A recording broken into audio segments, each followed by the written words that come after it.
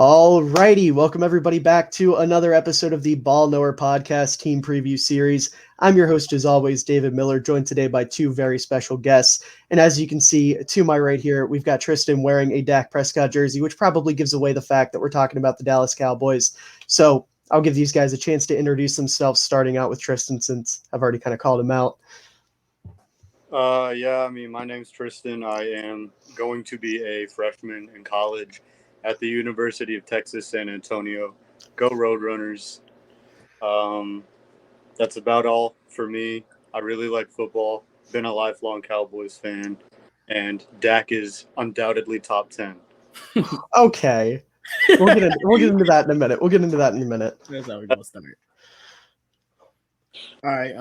Well, I guess I'll introduce myself. I'm Garnette. I've also been a lifelong Cowboys fan. There's a Dak jersey to my right here. I'm going into my senior year of high school. I'm from PG County, so I'm from Maryland. So you probably wonder how I'm a Cowboys fan, but we could get into that a little later. Hey, listen, I'm a Bears fan from Maryland, man. I feel you. Oh, it makes no sense. We shouldn't be fans of our teams, but it is what it is. I'll just ask you that real quick. Why are you a Cowboys fan? Well, my dad was a Cowboys fan. My mom was a Cowboys fan, so I was a Cowboys fan. My dad, he's been all over the country because his stepfather was in the military. So he was all over the country, and he just liked football when he was in Texas and happened that it was the Cowboys. So yeah, I'm a Bears fan because of my dad too. He didn't grow up in Illinois or anything or spend a lot of time in Illinois, but we got family out there, and he used to travel out that way, and they got him into the Bears because of it. Plus, he grew up in the 80s, so what other team are you going to be a fan of in the 1980s?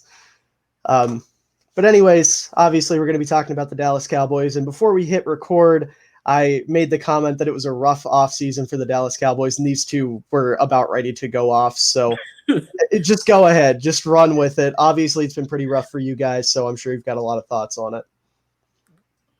I'll let Tristan take the floor. To start, I want to say that the offseason is not over, and we still have not long to go, but we still have a little bit of time to make a couple of big splashes. I was actually on Instagram today, and I saw a post. It was a photoshopped Odell in a Cowboys. I knew it was going to be Odell. Oh my God. And I commented under it, and I was like, I want to manifest this.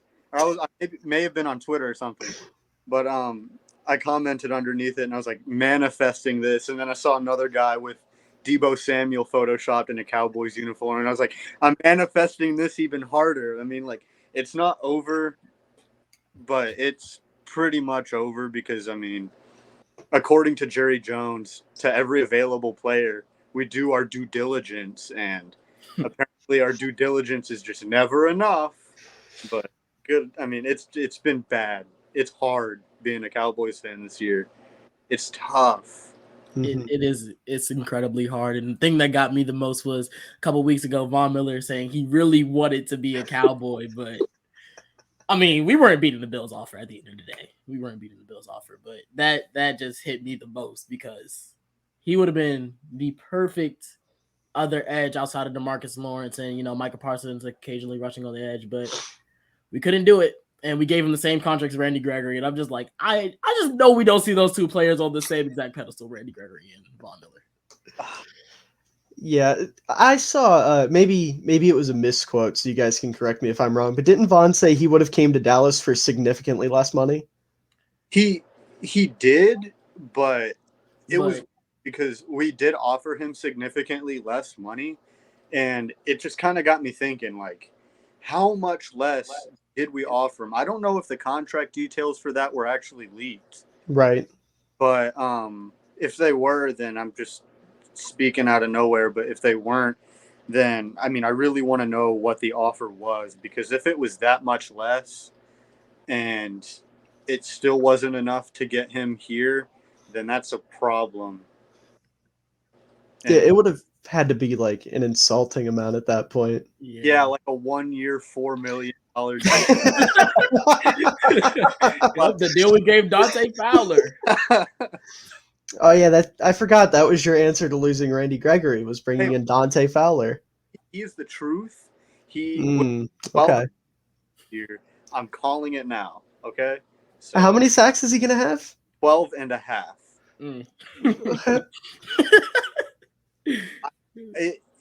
the only way for me to control my sadness is to crack jokes at it. Okay. So I Okay. agree. it's really Fair enough. so upsetting, man. I'm so sad.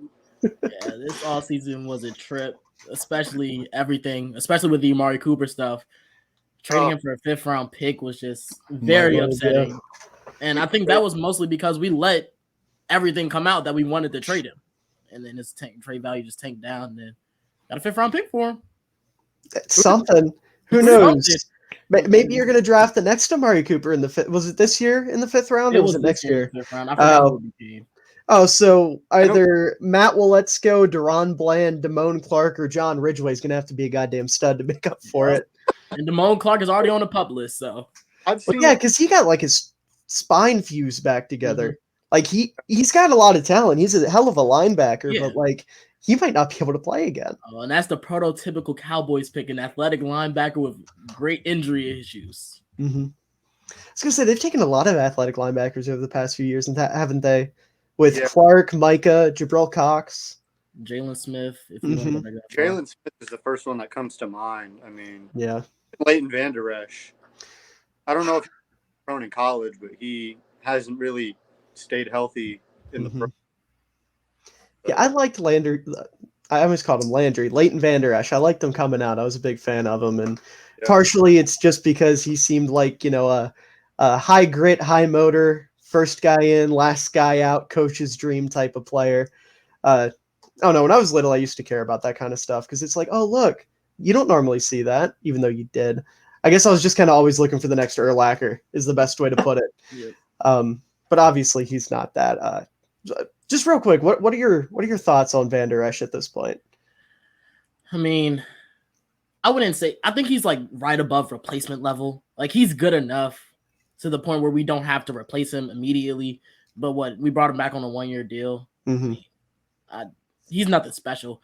He was good his rookie year, but then injuries just slowed him down, and like the athleticism went down. I mean, he was playing really, really good towards the end of last year, especially in 49ers game. He's one of our only good defensive players, but I just think he's right above replacement level. I mean, I think he's all right. I don't think he's anything to gander at. Obviously, I feel like he was definitely our best linebacker, and then Micah got here, and Micah makes him look like just Micah makes everybody look terrible. But can I say one thing about Micah Parsons before we go ahead? Before the draft, I was on my friend's podcast. It's the Curry and the Pop podcast, and I did have a quote. And I said, if Micah Parsons goes to the Cowboys, I didn't expect us to know how to use him. And I was like, he might be a bust if he goes to the Cowboys. Boy, did I eat my words halfway through last season. And yeah, Micah's amazing. I knew nothing about Micah coming out of college. I knew absolutely nothing about him. I forgot who I really wanted, but I know exactly who I really wanted. I really wanted J.C. Horn. Valid. I wanted Patrick Surtain. I forgot about him. And then he went to Denver. And then when Patrick Surtain went, I was heartbroken. And then we traded with the Eagles of all teams. And I was like, this kid. We picked a linebacker. And I'm like, who the hell is this kid? And then he shows up and he plays. And I'm like, okay, I'm cool with this. I could get used to this kind of personality. I remember I was so irritated that night because it was the 8th pick. Carolina was up. J.C. Horn gone. I was like, okay, we can get Patrick Surtain. Gets taken right next by Denver. Then it gets to the 10th pick, rolls around, and it's like, oh, we have a trade to announce. Oh, y'all are trading with the Eagles. Y'all are giving them the Heisman winner, Devontae Smith. I was just like, okay, all right. How could this get any worse? We draft a linebacker? I was just very frustrated that night. I slept well that night thinking that we were going to be so bad last year that we would get a lottery pick this year. And I was wrong. But, I mean, obviously things worked out in the long run. Kinda, not, but. Oh. I don't know how to feel about this team. Yeah, I'm glad I'm not the only one. Because I was really coming in here like, damn, I'm going to be pessimistic and these guys are going to be pissed because, Cowboys fans. No, you guys are in the same boat I am. That's great. Listen to me. The Dallas Cowboys are unbelievably terrible.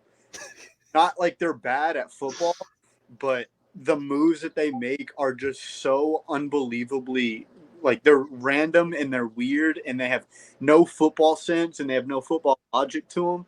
And it's hard. It's hard being a Cowboys fan. Some people are like, "Oh, being a Cowboys fan must be nice." No, it's No. not. I mean, maybe if you're like 40. Yeah, Might be nice if you're that Yeah, old. maybe if you But you see poor them win a Super youngins. Bowl, yeah. I mean, I haven't even seen this team make the conference championship game. I've never seen Cowboy success. I never have. The closest I've came to was in 2014. Is that the Dez year? Yep. Yeah. He caught Did he that. catch it? Okay, I was just getting ready to say, did he catch it? Definitely caught it. Yeah. Got it. But... Listen, it's probably not the same magnitude in terms of how it affected our season, but I know the feeling of having a very impactful catch get overturned, even though the player clearly caught it. I don't know if you guys remember Zach Miller when his leg went the opposite direction against the Saints. I've seen the play. Yeah. I've seen the play. It was a catch, and they ruled it not a catch, and then a week later at some league meeting, they ruled it a catch. Yeah, I don't even understand why they do that. Like, at that point, just might as well just tell us it's not a catch. Just keep Just stick with it, because that's just throwing salt in the wound, because that's a touchdown play. I would sleep better at night thinking that Dez didn't catch it. Like, if NFL said Dez didn't catch it, I would sleep so much better. But now I can wonder, what if? Like, God, we already beat Seattle earlier in that year too, and then we would have had to go back to Seattle. God forbid I say this, but do we win the Super Bowl? I don't know. I don't know. Do we create another dynasty? I mean,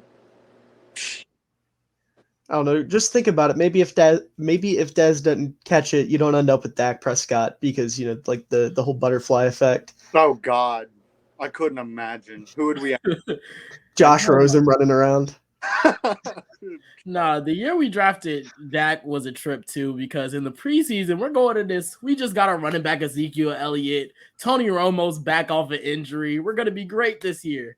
Immediately, literally like the first drive of the preseason, Tony Romo goes down with a back injury. And I'm just like, man, are we going to be in for another horrible year? I cried when no, listen to me. I didn't cry because I thought our season was ruined. I cried because I knew that was it for Tony. I knew that there was no way he was coming back. And, I didn't even think about Dak at that point. I was like, man, Tony's gone. He's one of my favorite players of all time. Who's going to be throwing to Jason Witten now? Who's going to lead this team in? It can't be anybody except for Tony. He's going to be on the sideline. I'm sad. And then Dak came in and I just kind of forgot about it. Dak was electric his rookie year. Oh, his stats don't really reflect that, though. Yes. I was looking at him the other day. He only threw like 24 touchdowns, but he threw 4 interceptions, and that is ridiculous. Yes. Like, that's an Aaron Rodgers type stat. 4 that's crazy. Yeah. That rookie year was so fun to watch. It was. Especially because at any point, Dak could throw it up. It would be a 50-yard bomb to Dez, or we could hand it off to Zeke, and it would be a 50-yard rush. It would be a 50-yard run. 9. And then we're still getting questions by the media if Tony should start. We're like 8-1 at this point. Why should we mess it up? He's a good, but no, he shouldn't. He ended up playing the end of that season against Philadelphia. He started that game too, I think. Yeah, something like that. Because we didn't need it at all. We were 13-2. Yeah. And then Aaron Rodgers broke our heart. I think we could say that about a lot of people. I feel like it's always the Packers, though. Like, every major moment in Cowboys history, is ended by the Packers. Either the Packers or 49ers. The 49ers, yep. Yeah. Either the Packers or the 49ers. Yeah. And then... Yeah, Aaron Rodgers and the Packers as a whole, just like crushing dreams at any given moment. It sucks. Also, just because we're talking about that 2017 season, I got to bring up Jordan Howard. I miss that guy. That was a fun year. Jordan Howard. Yeah, it was the year he was second in the league in rushing yards. He was like a 4th round pick that year. Oh, I was thinking of O.J. Howard. I don't know what. I was like, no, he was a running back for Chicago. Buccaneers? Yeah, I think so. Wait, what is it? He asked if O.J. Howard was on the Bucs. No, he's in Buffalo now. Okay, I didn't know where he was. He's Dawson Knox's backup. I don't know anything about anything, man. Yeah, He sure is. I mean, listen, with how your offseason has gone, I don't blame you for not checking notifications at this point. Oh my Because I tried to unplug and forget about a long while. yeah, I took notes beforehand. I'm looking at my notes here, and I have key additions, not including the draft, and then key departures. And it's 2 for additions and like 8 for departures. That pretty much sums it up. Who do you have for additions? Dante Fowler and James Washington. James Washington, yep. I knew he was that was like our biggest free agent was James Washington. No, that's not true. Your biggest free agent signing was Ryan Noll. Get it straight. Give it a break. The fullback, superstar fullback Ryan Noll. I do like James Washington, but he's no Amari Cooper. No, obviously not. He's like a third receiver at best. You're really banking on Michael Gallup coming back, I feel like, which is concerning. Really hope Jalen Tolbert from the draft. Or Tolbert. I have heard really good. I watched Jalen Tolbert's not high school, college film, and he looked good in college, but it's easy to look good when you're playing against menial opponents. But he's looked good. Yeah, he had a good catch today in camp. I forgot who it was on, but he had a good catch today. Yeah, today of CeeDee Lamb absolutely shattering Kelvin Joseph's ankles. Oh God! That's one thing I hate about training camp because it's like either CeeDee Lamb is just really, really good, or that's showing that our defense sucks. Last season, I remember there was a video of Connor Williams standing up Aaron Donald. Yep. And everybody at Cowboys Nation went absolutely wild. They were like, "Oh my God, this is who we drafted. This is who he was supposed to be." And then the season comes around, and he's like the second most flagged player in the NFL. Literally any big play you could count on holding on number 52. Yeah, he went to my high school. Believe it or not. Oh, that's cool. I can't talk too much trash about him, but he sucks quite a bit. So. Well, he's in Miami now. You don't have to worry about him anymore. Yeah. Oh, it's Nico's problem. I'm literally just waiting for the first big play to Tyreek Hill. Holding. Offense, number 52. Yeah, he's going to get every single Tyreek Hill touchdown this season. Nico's going to go absolutely freaking wild. Under every video where he's talking about him, I'm going to say, told you so, told you so. Yeah, but like I said, key additions, there's not really much there. James Washington, Dante Fowler, and Ryan Noll, of course. Are any of these names you guys think are going to play a massive impact this year, other than obviously Dante Fowler having 12.5 sacks? I hope James Washington does something.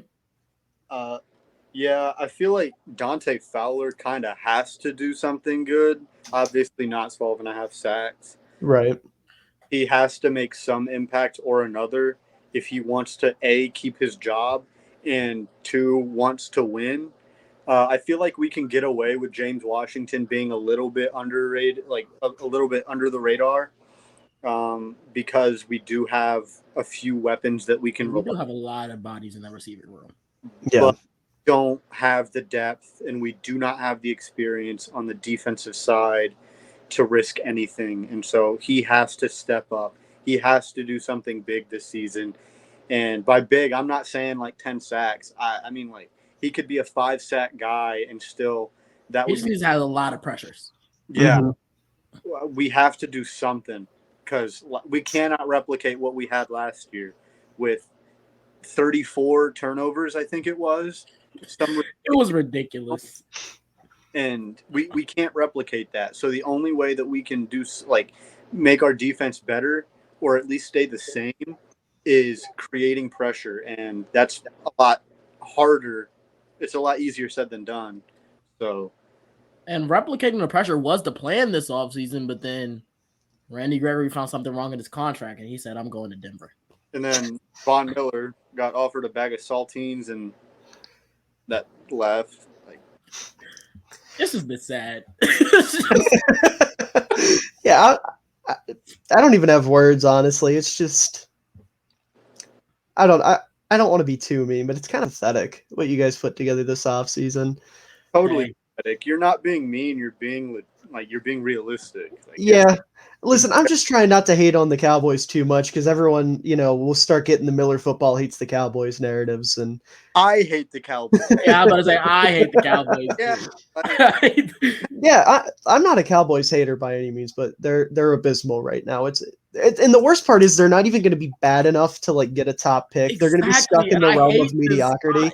We won NFC East, and we're tied for the easiest schedule in the league this year. Do you know how? We quite honestly, like, if the Eagles underwhelm a little bit, could win the NFC East again. And we still won't be happy because we're going to lose in the first round again to a team that's out physicaling us. Yeah. Dude, that 49ers game. Listen, I'm basically a closeted 49ers fan. I love everything that team does. I just love watching the 49ers. And watching that football game was a fucking masterclass on just how to absolutely dominate your opponent physically. It was beautiful.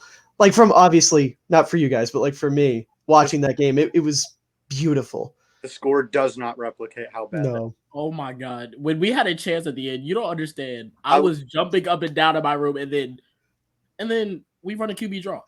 And I just sat down immediately. No, I didn't sit down. I literally went upstairs and walked my dog. This is what I did. I was sitting in a T-Mobile getting my phone repaired, and I was watching and I had to literally step outside. And the worst part was that day it was snowing in Maryland, so I'm just walking my dog in the snow just because I don't want to be in the house anymore watching the game. It's ridiculous. It was really bad. I couldn't even be in T-Mobile without wanting to throw something at the TV. Everything went wrong that game. Randy Gregory was just throwing guys on the ground for no reason. Everything just went wrong. Mm-hmm. Cowboy choke, man. It's just he had the best offensive mind in football last year. Everyone was calling him, guaranteed to get a head coaching job. Just completely fell apart in that game. I was saying that from the beginning because he did the same thing the season prior. I mean, he doesn't. Kellen Moore, like a lot of people on this team, I love him and I hate him. When he's at the top, like in that Panthers game early in the season when he was designing all those runs for Zeke and Zeke was looking explosive, I love Kellen Moore. But then when it comes down the stretch and his offense gets figured out, especially in like a game like the Cardinals game, and there's just nothing creative happening. It's horrible because we had too much talent offensively to be looking as bad as we did down the stretch of last season. Mm-hmm. It was just horrible. When the rumors came out that Kellen Moore was going to get a head coaching job, I was elated. I was so happy because I knew that he was going to be somebody else's problem. And I knew that he was too young. And then he turned down a bunch of head coaching offers to stay with Dallas.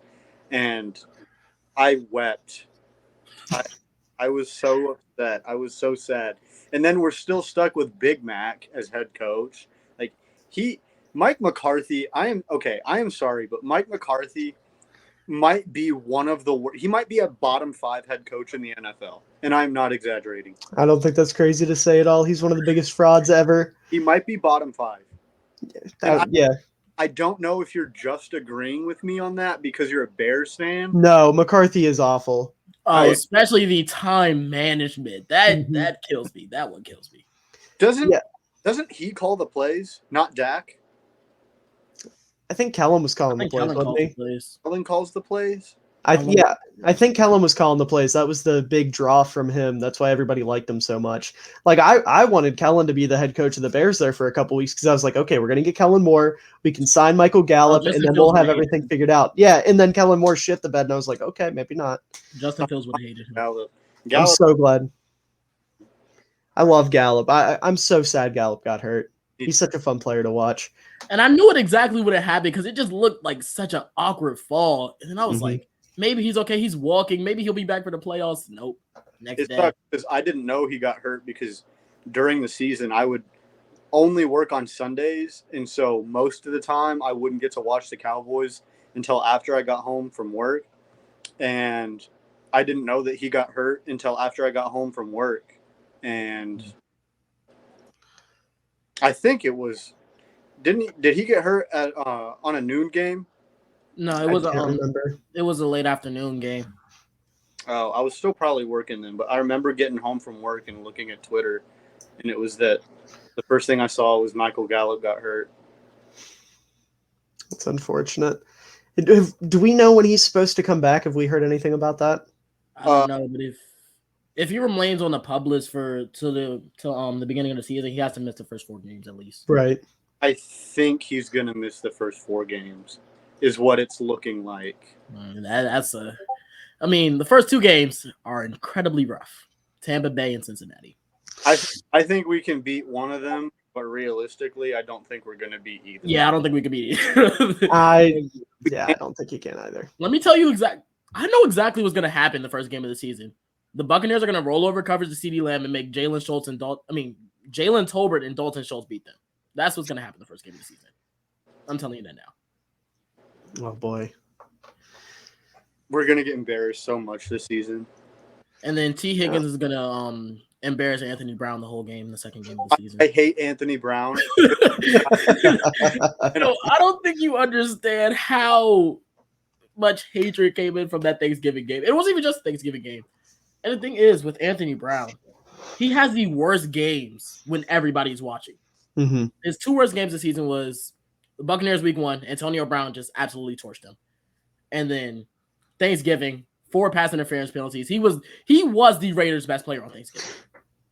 It sucks because my one of my best friends is a Raiders fan, and we didn't put bets on the game, but like we were talking smack back and forth because I thought that it was an easy lockup win, and we go out and we do what we did, and I got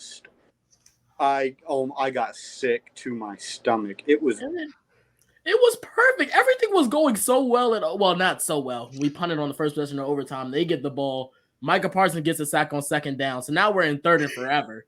And then guess what Derek Carr does? Underthrows a ball. Oh, I see a flag. Oh, it's pass interference on Anthony Brown for the 4th time today. I'm just like, oh, God. He couldn't do anything right that night. Yeah, that game was just unfortunate. I forgot that was Anthony Brown, but I feel bad for you guys. I really don't have much to say right now. I just feel so bad for you guys. Like, looking at who all you lost. We've already talked about Amari Cooper and Randy Gregory. Lyle Collins is gone, which I'm sure you guys have mixed emotions about. Yeah, it wasn't – I feel pretty okay with him being gone. He was kind of the loss where, like, I came into the offseason thinking we were going to lose him, and I was just like, it's going to happen one way or another. What I can say about him is he's a really good run blocker. Mm-hmm. But pass protection, he's right. And yeah, pretty much it. Yeah, he's a prototypical right tackle. Very true. I agree. Yeah, I mean, my thoughts. Cincinnati got a hell of a player, but we got a guy who can replace, and I won't feel too terrible about replacing him. Obviously, he will be missed. But he won't be like – it won't be – I don't think it'll be a super noticeable replacement, especially because we run to the left. Like Tyron Smith can stay healthy, and that's a huge if, but he can stay healthy. I think we're going to be fine because we run to the left most of the time anyway because that's where our best players on the O-line are. I mean, but he'll be missed. And Terrence still wasn't horrible last season. He just wasn't great. He was right. 2020. Yeah, he was a mess in 2020. 2020. But what else about the team was even remotely good in 2020? Outside of Dak for the first 4 games of the year. Damn, that's a good question. That was the year you guys had Andy Dalton running things, right? Oh, beating the Vikings. Oh my God! I don't think y'all understand how. Okay, this is gonna sound a little counterintuitive, but I was really happy that Andy Dalton failed when he was our quarterback because all the media outlets, everybody telling me, "Oh, anybody can run that system. It's the easiest one in the league." Andy Dalton comes in, just lays an egg, and I was just like, "Just pay my quarterback. Just pay him right now. Just pay him right now. I don't care how much we paid him. Just pay him right now." Mm-hmm. And can I talk about Dak's contract real quick? I mean, go for it. People think that Dak is overpaid, and I agree to an extent because it is a large sum of money. But to be overpaid in the NFL, you have to have a massive cap hit, and Dak's contract is structured as such to where Jerry Jones can take any amount of money and move it to a signing bonus, so it won't be a cap hit. So really, if we wanted it to be, he could be like one of the smallest cap hits while still making his money. And I think that is a absolutely gorgeous thing because getting his money, he's happy. We have him for the next, I think, 5 years now. And we won't have, a super big liability for our cap. So we can think about going out and getting us as fans can think about going Great way to put it. just hold on to that money and then overpay Zeke when that time comes. But yeah, and at this can point, I say one thing about Zeke? Go for it. And he wasn't. The perception by most NFL fans is that Zeke is this horrible running back who can't hit the hole. He's fine. Yeah, he's all right. He's not the worst in the league, but he's pretty much average at this point. And you don't need that great of a running back, but it also comes from the fact that he is overpaid. And it's unfortunate, and I love Zeke to death, but he's overpaid. It's because the Cowboys have such a rich history at running back that it almost feels like we have to have a good running back at all times. I mean, we had Emmitt Smith, DeMarco Murray, Tony Dorsett. Yeah, I mean, and then we get Ezekiel Elliott, and he looks like he's the next coming of any of those guys. And dang, for a while, it did look like he could be an all great, but age got to him, and plus we don't really use him properly. I feel like he is a really underrated receiving back. He is dang good out of the backfield. That play against the Vikings just replays in my head over and over again. I don't know if you know what I'm talking about. He is not going to be as functional, and he's not going to be as good if we keep handing him the ball on 1st and 10, 2nd and 8, 3rd and 7. He is good punching the ball down for 1-2 yards. We need to use Tony Pollard for the big games because obviously Tony Pollard is young and agile and fast enough to where he can get those 30, 40, 50-yard breaks. Zeke just isn't. He's more of a power back, more than he used to be. But I feel like he's not going to have as many rushing yards, but he's still going to be more valuable to the Cowboys than people want to admit. Yeah. I think Zeke's in a weird spot right now in his career because, he has obviously fallen off athletically due to the injuries and the age and whatnot. But the way he plays, I wouldn't say is necessarily sustainable over a long career just because of how heavily he relies on those athletic traits. Like, I'm not trying to call Zeke dumb or anything, but he's not the best at hitting holes. He's not the best at finding an open lane. He doesn't have the greatest vision. Whereas you have a guy that is like that, and I've brought him up in every goddamn podcast, I swear, but he's the perfect example. David Montgomery, who is one of the smartest running backs in football, incredible vision, but he's not super athletic either. He's probably maybe a little bit more than Zeke, just given Zeke's injury history, but like he's in that same realm where he's relying solely on his vision and his intelligence and his ability to hit these holes. And because Zeke can't do that, it's really looking rough for the Cowboys because it's like, well, you have a goal line back and you're paying him as one of the most expensive running backs in football right now when you have Tony Pollard who can do his job better, even though he's probably not quite as talented. He's just younger and quicker and a lot cheaper. I don't know, man. I think Tony Pollard, he is better than Zeke at almost everything. I can see the argument both ways. I'm just not going to make a big claim on it. At this point, just a 20-pound slimmer version of AJ Dillon. And that's not a shot at AJ Dillon, but I think that is kind of a shot at AJ Dillon. I think AJ Dillon's above that because he's actually got the athletic ability as well. I mean, if you want to talk like, I don't know, are there any like pure power backs that have no speed to them in the NFL at this point? Like, I don't think there is one. Not really. Not any notables. I was going to say the power backs that come to mind are like Nick Chubb, and he's short. And they're all quick. Yeah. Harris, Henry, Chubb, Taylor, they're all quick. Even like Javonte Williams. Yep. They're all quick. Zeke's just like I said, he's just in such a weird spot right now. It's a new era of running back. Zeke was drafted in the era of like towards the end of the very heavy power back kind of era. And then kind of year 2, 3 for him, the NFL just kind of shifted into guys like Nick Chubb and oh my God, Christian McCaffrey and Jonathan Taylor. And so, yeah, I mean, it is unfortunate timing, but you don't really have an excuse if you're Zeke to not put up better numbers. Like, he only cracked 1,000 yards this year because of the 17th game. Yeah. That is not good. The only thing I kind of dislike Zeke for is he made us pay him like 2 years too early.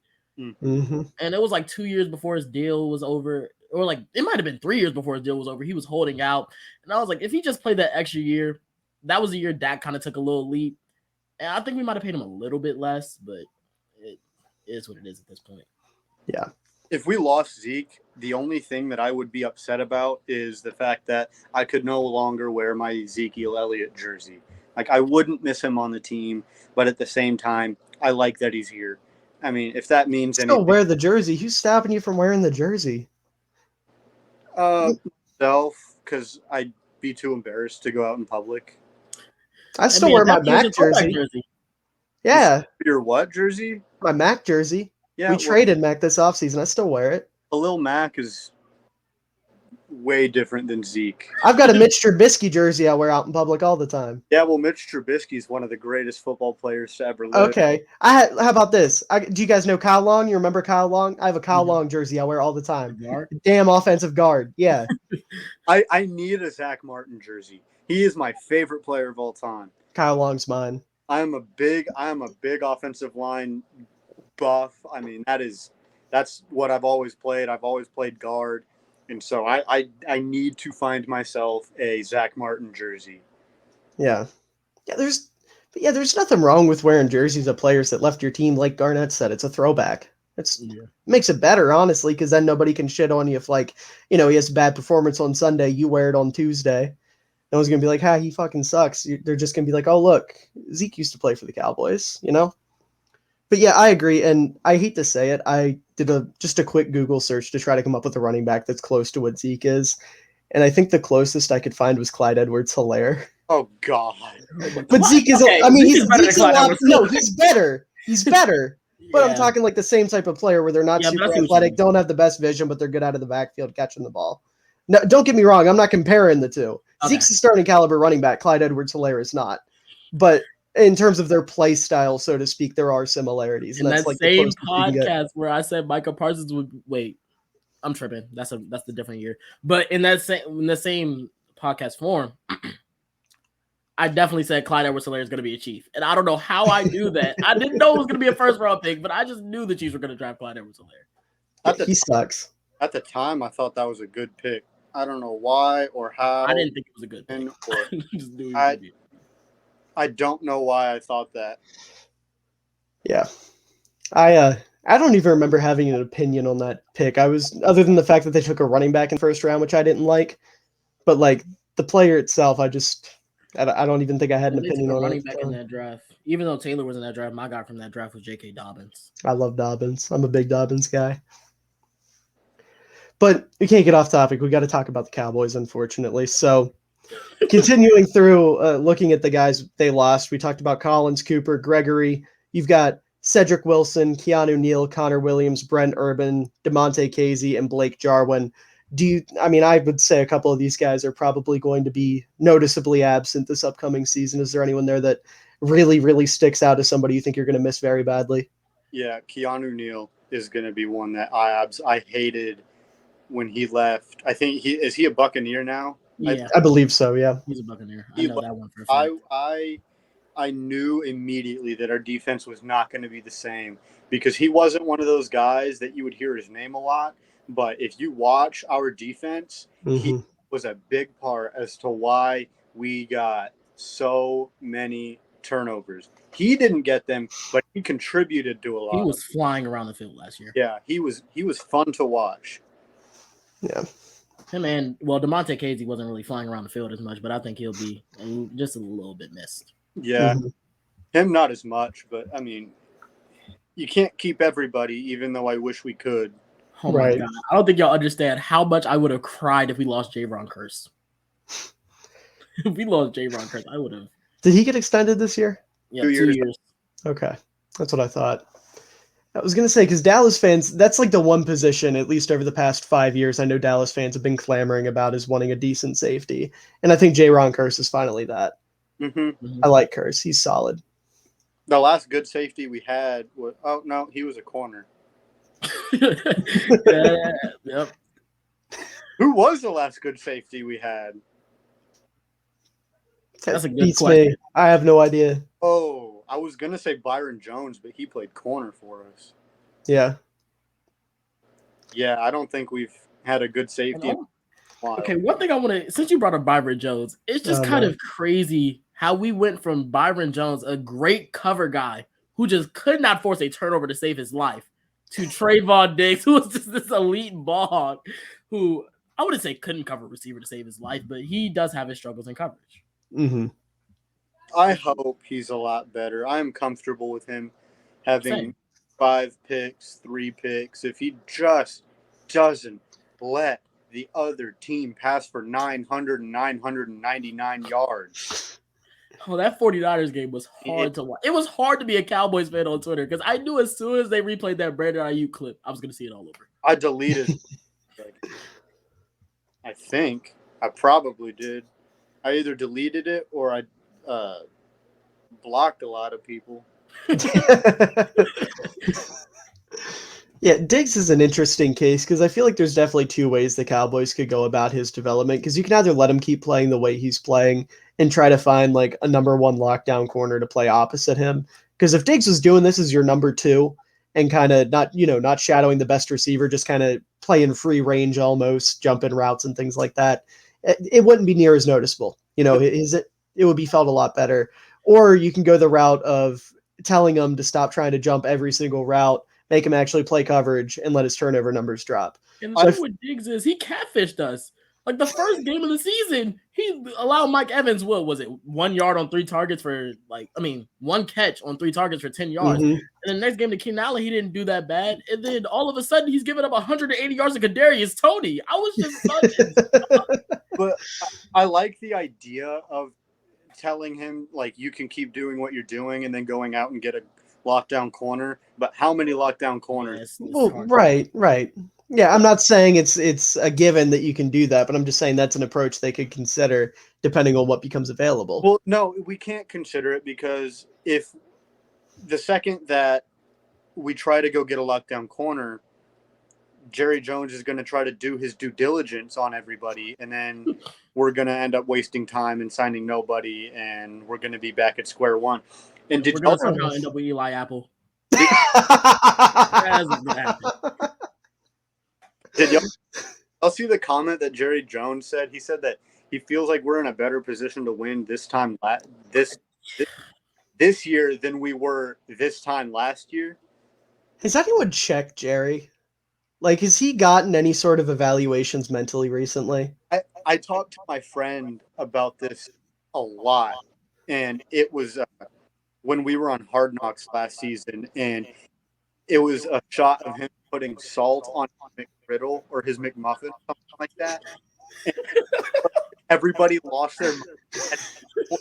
At that point, I knew Jerry Jones is actively trying to run the Dallas Cowboys into the ground for no reason.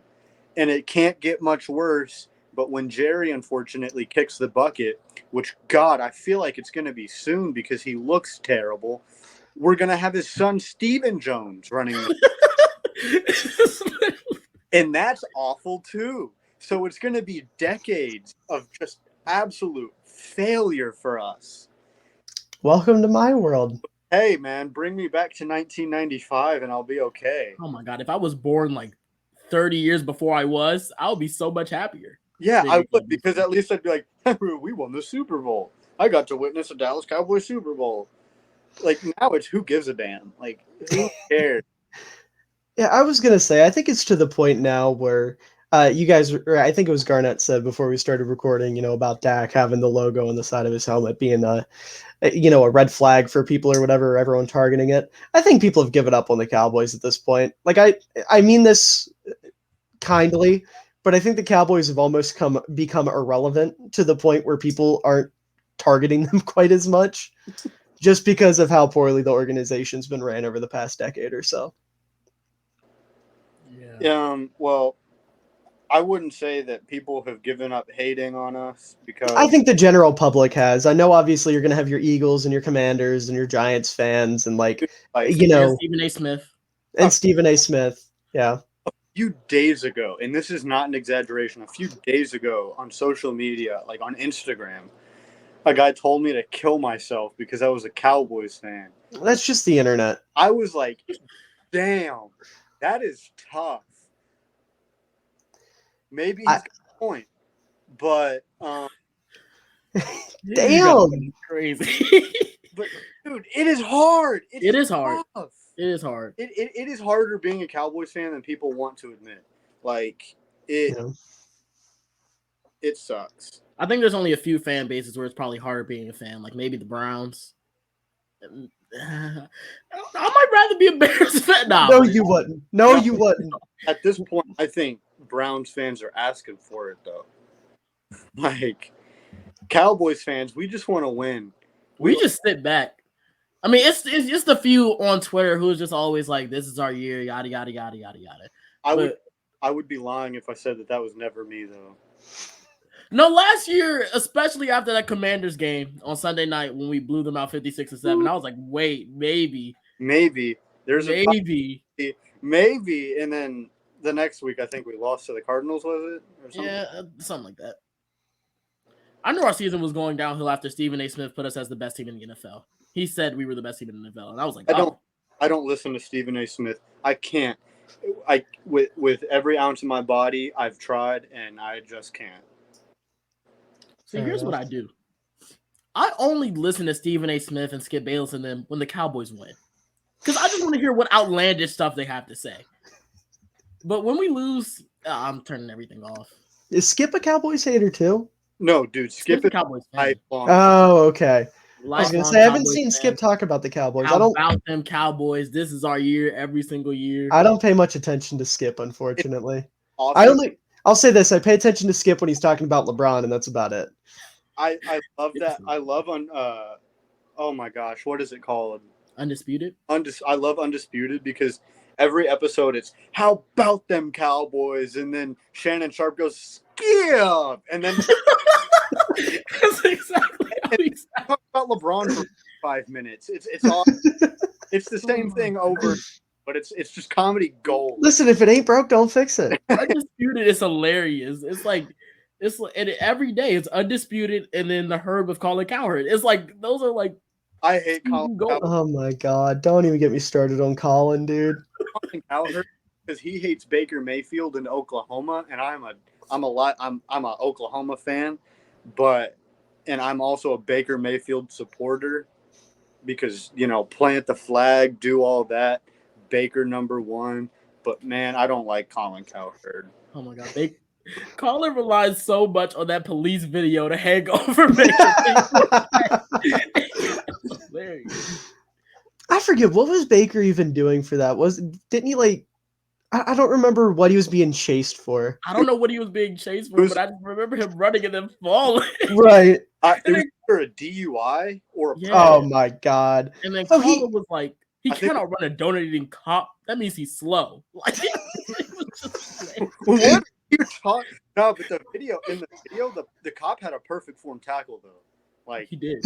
He sure did. It was a good tackle. Like you want to talk about signing a linebacker? Go track down that cop and see what agility he has because obviously he's got the physicality for it. Hey, listen, maybe check his hands. Maybe he can replace Dante Fowler. Please don't say that. Tristan over here is the world's only Dante Fowler fan. I don't think I've ever even actually watched him play. I don't even know what his stats. Let's look those up. I don't think they're very good. I really don't. Not at this point. Hey, he had 4.5 sacks last year, so I'm not. For who? I think he played for the Falcons. Yeah, he did. Oh, so the worst front seven in football. Got it. Well, I mean, you got to think about this logically. The Falcons, they are a good ball club. They are a good physical ball club. And, they will play physical. He's getting reunited with Dan Campbell. Good move. Is he getting reunited? With Dan Campbell? Dan Quinn. I don't think even know.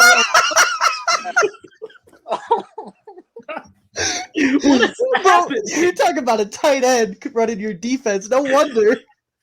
Oh, I know. I don't think they were together. I think he was in Jacksonville when Dan Quinn was in Atlanta, but I could be mistaken. I believe Vic Beasley was the one getting all this. Yeah.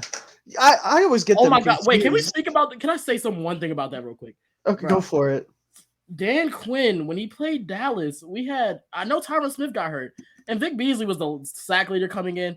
Adrian Claiborne came out of nowhere and had like 6.5 sacks, and that was one of the worst games of football I've ever watched. Which one? It was against the Falcons, and I believe 2017, I want to say. Hold up. Let me look this up to make sure. Oh, I think I know what you're talking about. You said Adrian Claiborne? Yes. That's a name I have not heard in forever. Good Lord. Shoot, I think I remember where I was that game. That's weird. For some reason, you said Cowboys Falcons 2017, and November 12th, 2017, Adrian Claiborne sets team record with 6 sacks versus the Cowboys. Jesus Christ. Golly. Hey, man, it didn't get much better than that. You're not wrong. That's Adrian Claiborne's career highlight right there.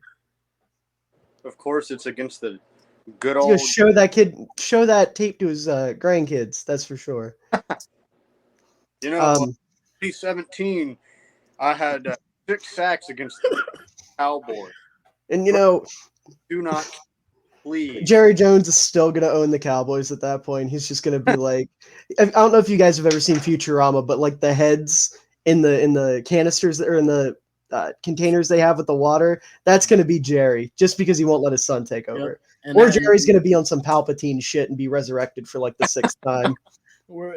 Every time something good or bad happens in the 4th quarter, we're gonna pan to Jerry Jones in the owner's suite. It's the worst because he has that good old Jason Garrett type clap. Does any noise come out when he claps his hands though? At this point, and then I feel like it would be more like this. Goes from this to yes, that. It's. And then we'd be lucky if we get both of them up. Now, that's when he's feeling frisky. Eagles or something. That's when Dak leads a game-winning touchdown drive. Is that? I believed in you, Dakota. You are. He calls him Rain. He doesn't call him Dakota. He totally calls him Rain. He's the guy that would call him Rain. Oh my God. We've been just talking about Cowboys fan sadness over the past couple of years. This is great. Yeah, you guys have done everything in your power to avoid talking about the team currently. I'm very impressed by that. Like, I've been waiting to transition into talking about the draft class for like 30 minutes now, but I can't do it because you guys are just going off. It's been a wild half decade. Yeah, no shit. We've had our ups and downs, but it's been mostly downs. The downs have vastly outweighed the ups. Yeah, that's it. So what's it like being a Bears fan? I want to talk about about this draft. Wait, about your draft or our draft? Any draft. This draft class sucked. Oh my God, tell me about it. First of all, the night of the draft, I had a crazy headache. I couldn't even focus. And then I ended up falling asleep. I woke up like midway through the night. I get a notification. The Cowboys have just selected Tyler Smith. And I was just like, oh my God, who was on the board? Then I saw Linderbaum was on the board, and then I went straight back to sleep. Oh my God, yeah. Smith was a guy I was doing mock drafts on YouTube and whatnot. And I had Smith going in like the mid to late 2nd round to Chicago half the time. And they took him at 24? Yep. Oh my Lord. I think he's a good ball player, but I don't know. He was a little raw to be taken in the 1st round, in my opinion. That's my opinion. At least he's going to be learning from one of the best tackles and maybe the best guard in the league. Yeah, he's got good mentors at the very least. But like everything he wants there, he's super violent. He's very aggressive. That's the same goddamn thing. He's got heavy hands. He's got a good frame. His anchor's really good. He's nimble for his size. but he's really, really raw when I it am comes to the waiting for the technical aspects. I mean, Oh, it's gonna happen. yeah, I mean, he's a holding penalty. He's just a walking flag at this point. Maybe not as bad as Connor Williams, but it's still going to be noticeable. But hopefully he can clean that up. I think he'll be all right to start. But, I mean, obviously it's going to take time, but we don't have time. We don't have that long till everything crumbles apart and everything falls down around us.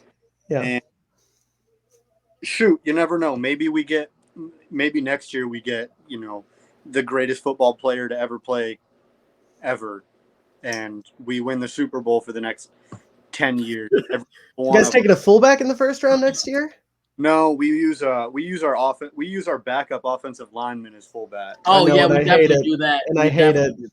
You hate that? It's sacrilegious. I think it. Okay, I understand that, but I love that formation. Yeah, whatever. Just use a real fullback like a man. Stop trying to cheat. Hey, that's why we got Ryan Noll. Yeah, exactly. Listen, can I go on a rant about Ryan Noll for a second? Yeah, just real quick.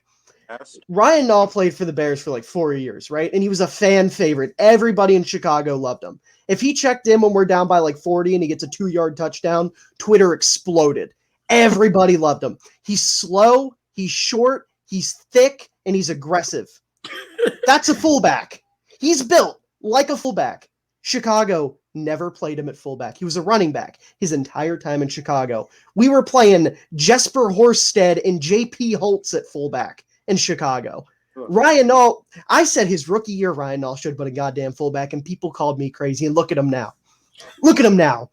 Dallas is finally doing what he needed to be doing 4 years ago. He'd still be in Chicago if he was doing the right thing. Fans would still have their guy if he was playing the right position in Chicago. Even wears a fullback number. He wore 35 in Chicago. No running back wears 35.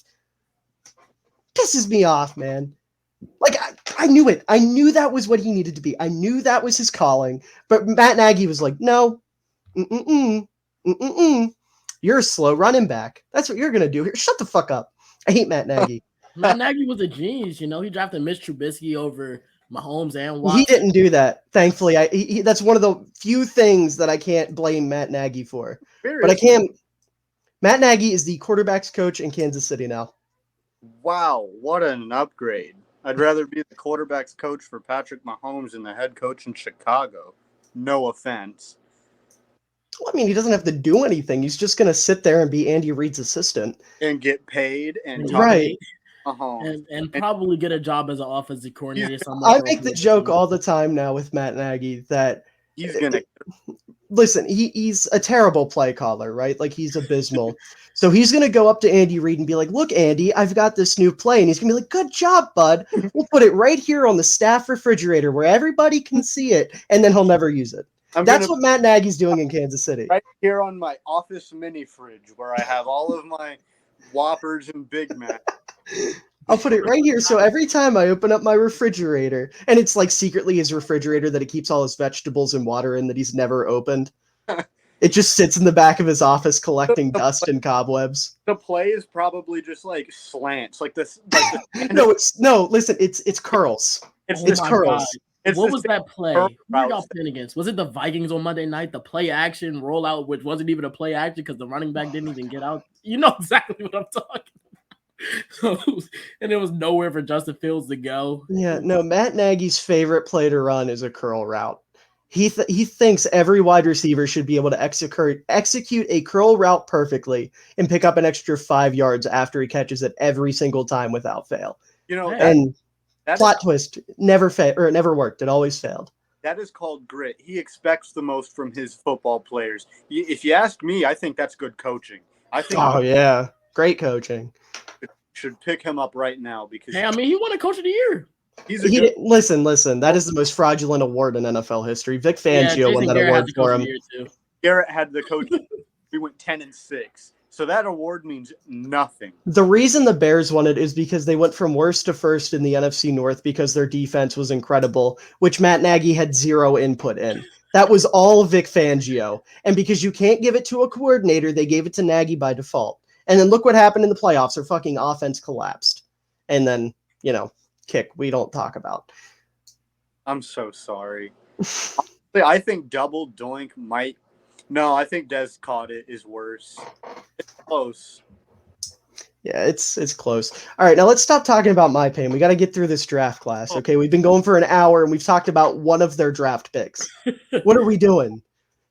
All right. Distracted. Second round.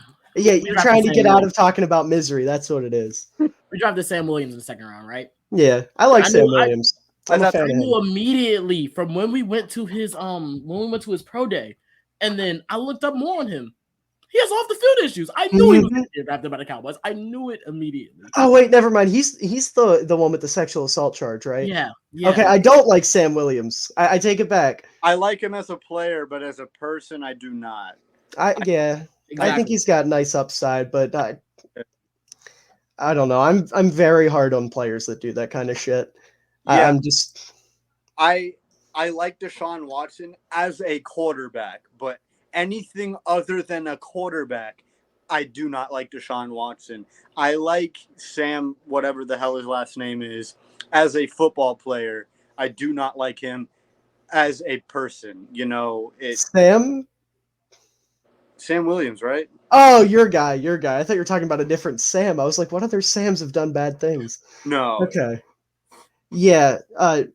Well, Sam Howell, I don't think he's eating steak or something. Sam Howell is a child. He brought chicken tenders to team dinner when they went out to some fancy restaurant, which I respect to a certain degree because that's commitment. But also, like, you're a grown ass 20-some-year-old man. Eat a fucking steak. That's embarrassing. I didn't know that. That's real. That's real. That's real. Be he pulled out a Tupperware container of chicken tendies from home when they were out at some big fancy restaurant for their team dinner after the draft.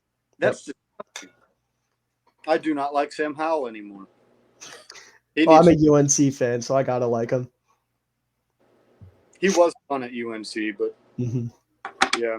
I don't know. I got faith in Howell. But anyway, Sam Williams, I do think is a nice prospect, assuming he actually gets to play football. I don't know the details of his situation. I don't know if it's still like something they're looking into or if it's in the past or what. But I think he's gonna play.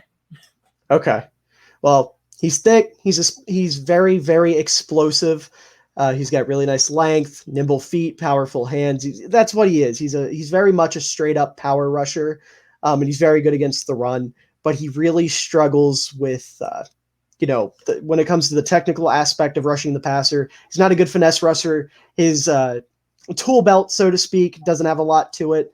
He needs to work on the technical aspect of it a lot. But I can see the vision with him. He's got the power. He's got the quickness. Hey, that's the same thing we said about Micah Parsons. A bunch of the technical stuff, right? So hopefully, he'll be high back to back. Yeah, I mean, if you're going to go to somebody to learn how to play the position, for lack of better words, Dan Quinn's a great guy to teach you. Dan Quinn's a fantastic defensive mastermind. Not a great coach. I'm not a huge fan of him as a coach, but as a coordinator, he's fantastic. Yeah. And then you got Jalen Tolbert in the second round. We talked about him a little bit. I don't know how you guys feel about him necessarily. I think he's going to be pretty good. I think he's a little bit raw coming out of South Alabama, but he had there's this one play that I keep watching, and it was South Alabama versus Tennessee at the very end of the game. It was like all of his teammates were down and trotted and giving up, and then he went out and scored a 60-yard touchdown, and it was just like even the body language, like he looks like a guy that's not going to give up on any play, and he looks like a guy, give 100% effort, and that's something that we desperately needed this past year, because when things got tough for us, we had a lot of guys walking around not doing what they needed to do, and they'd get in their own heads, and it was just a mess. But I think he's going to be pretty good this year. Yeah, I like Tolbert as a deep threat for you guys. He's very good at taking the top off the defense, and I think he's going to be a solid red zone threat as well. He performed very well in the red zone in college. He just needs to work on his route running a little bit, really. I think everything else is good with him. Yeah, pretty much. A lot of the players in this draft class are just mid, for lack of a better term. I don't know. I really like this class. I was a big fan of a lot of the players in it. Maybe I'm a little bit biased because this was one of the first classes where I dove deep into it. But I liked what I saw in a lot of these guys. Our draft class this year wasn't bad enough for me to hate on it, but it wasn't great enough to the point Yeah. where I'm extremely excited. Yeah. Which is a lot about this team.